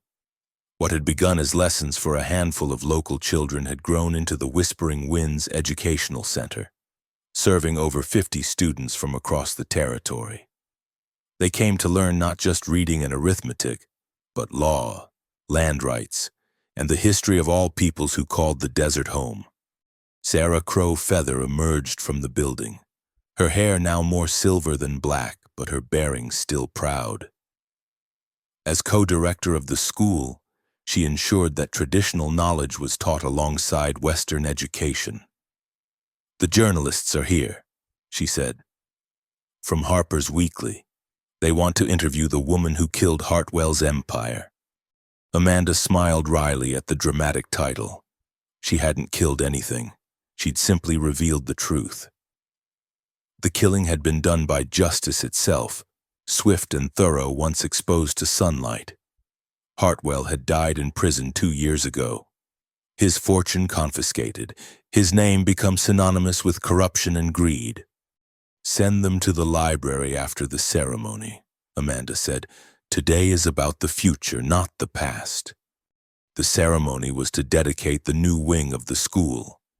Classrooms specifically designed for teaching environmental law and protection. The bitter irony wasn't lost on Amanda. The very poisoning that had threatened the community had led to its transformation into a center for education and legal advocacy. Daniel appeared at her side, slipping his hand into hers. "Ready?" "Always," she said, meaning it. The crowd that gathered was a testament to how far they'd all come. Federal judges sat beside Apache elders. Territorial officials who'd once dismissed Native concerns now listened respectfully to speakers from multiple tribes. Journalists from Eastern papers scribbled notes about the desert school that teaches justice. Old Sam, now in his 80s but still sharp-eyed, gave the opening blessing in Navajo. Thomas Red Crow, who'd become a successful photographer with his own studio in Prescott, documented everything. The Yazzie brothers, whose testimony had been crucial in the congressional hearings, sat in the front row with their families. But it was Robert Yazzie who drew Amanda's attention. Now 25, he'd returned from studying law in California to establish a practice specifically serving Native communities. He caught her eye and nodded, a student acknowledging his first teacher in the law. "Friends," Amanda began, standing before the assembled crowd. "5 years ago, I came to this place as a refugee, running from justice.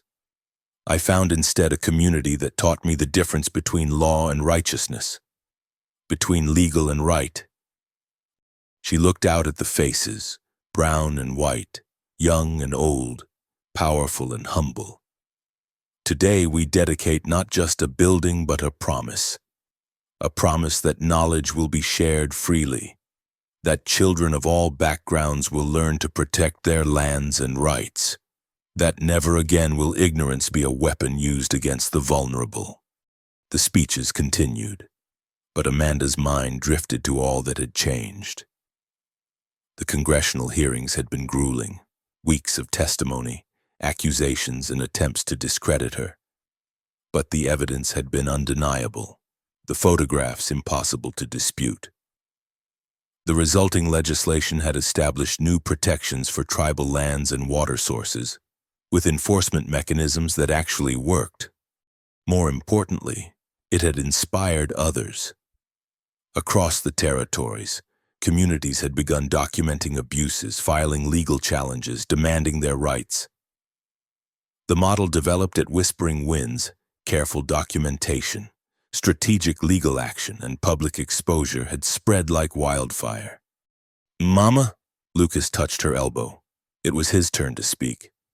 Amanda watched with pride as her son, for he was truly her son in every way that mattered, addressed the crowd with confidence and eloquence.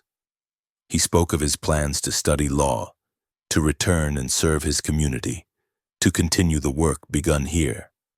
My mother taught me that education is the most powerful weapon against injustice. Lucas said, "She showed me that one person with courage and knowledge can stand against an empire of lies. I go to Harvard not to leave my people, but to bring back tools to protect them better." After the ceremony, as people enjoyed Sarah's feast under the ramadas, the Harper's journalist approached Amanda. She was young, earnest, with ink-stained fingers and sharp eyes. "Mrs. Silversmith, your story has inspired thousands. But I'm curious, do you ever regret leaving your comfortable life in Boston?" Amanda looked around at her world, at Daniel, discussing new trading routes with a group of ranchers who'd once been suspicious of the Indian trader but now sought his advice. At Sarah, teaching a group of young women the properties of desert plants. At Lucas, surrounded by younger students who hero-worshipped him. "I didn't leave a comfortable life," Amanda said finally. "I fled a comfortable lie when what I found here, purpose, family, truth, that's worth more than all the comfort in the world. And the danger, the threats, even now, there are those who blame you for the economic disruption your revelations caused." Amanda's expression hardened slightly. "Let them blame. While they protected their profits, children were dying. While they filed their papers, families were being destroyed. I sleep well knowing I chose the right side." The journalist scribbled notes. "What's next for the Whispering Winds School?" "E-growth," Amanda said simply. "We've had inquiries from communities across the West. They want to establish similar schools, teaching practical law alongside traditional knowledge. Sarah and I are developing a curriculum that can be adapted to different regions and peoples. And personally, your son leaves for Harvard soon." Amanda smiled.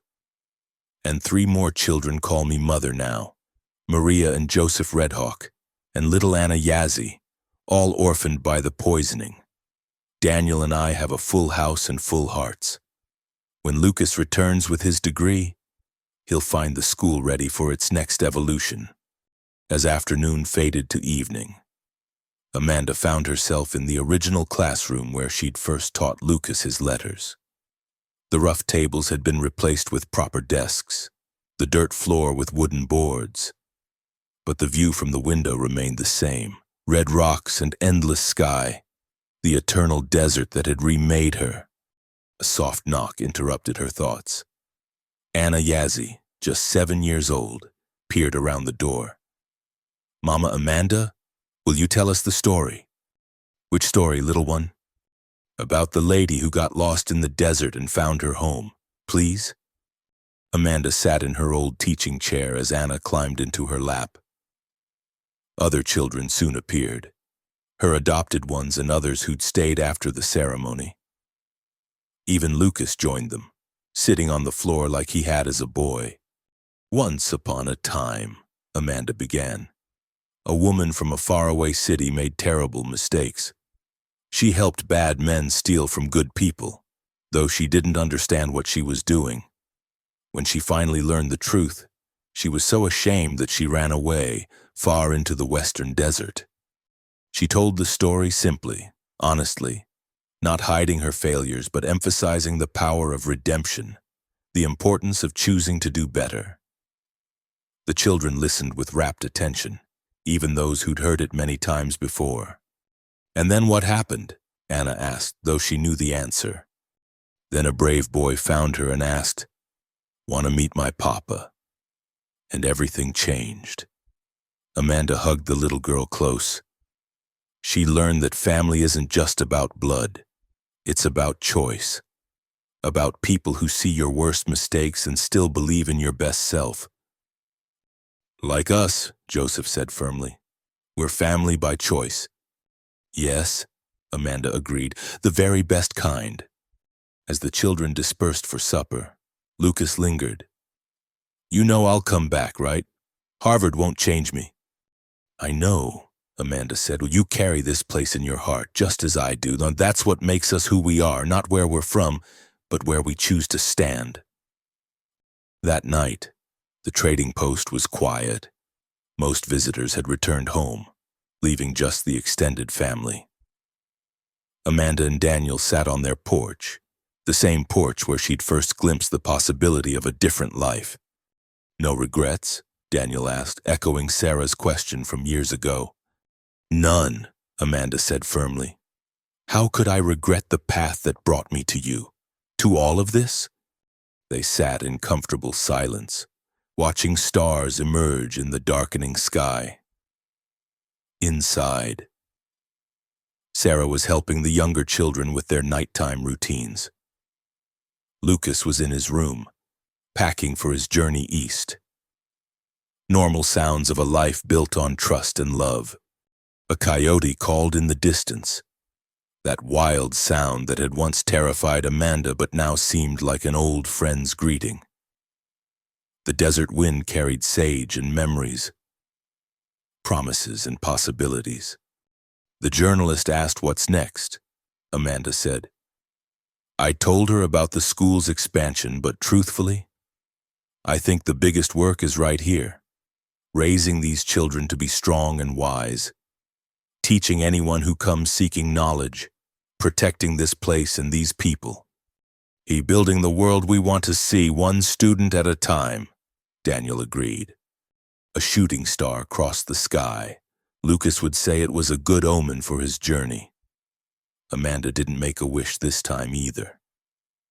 She had everything she needed: purpose, family, and the quiet satisfaction of work worth doing. Tomorrow would bring new challenges. Lucas would leave for Harvard, carrying their hopes and dreams. New students would arrive seeking knowledge. The fight for justice would continue, requiring vigilance and courage. But tonight, Amanda Silversmith, teacher, mother, advocate, and desert daughter by choice, sat with her husband on their porch, grateful for the winding path that had brought her home. She'd started as a woman traveling through, running from shame and fear. She'd become a woman who stood firm, who taught others to stand firm, who'd turned her greatest mistakes into her greatest purpose. The desert had tested her, broken her down, and rebuilt her stronger. The community had embraced her, challenged her, and shown her what family truly meant, and in teaching others to fight injustice with knowledge instead of violence. She'd found her own redemption, as the moon rose over whispering winds, casting silver light across the land. Amanda knew with bone-deep certainty that she was exactly where she belonged, not because she'd been born to it, but because she'd chosen it, fought for it, and earned it through courage, compassion, and the wild hope that justice delayed need not be justice denied. The woman who'd nearly died in the desert had been reborn as its fiercest protector, and the story was far from over.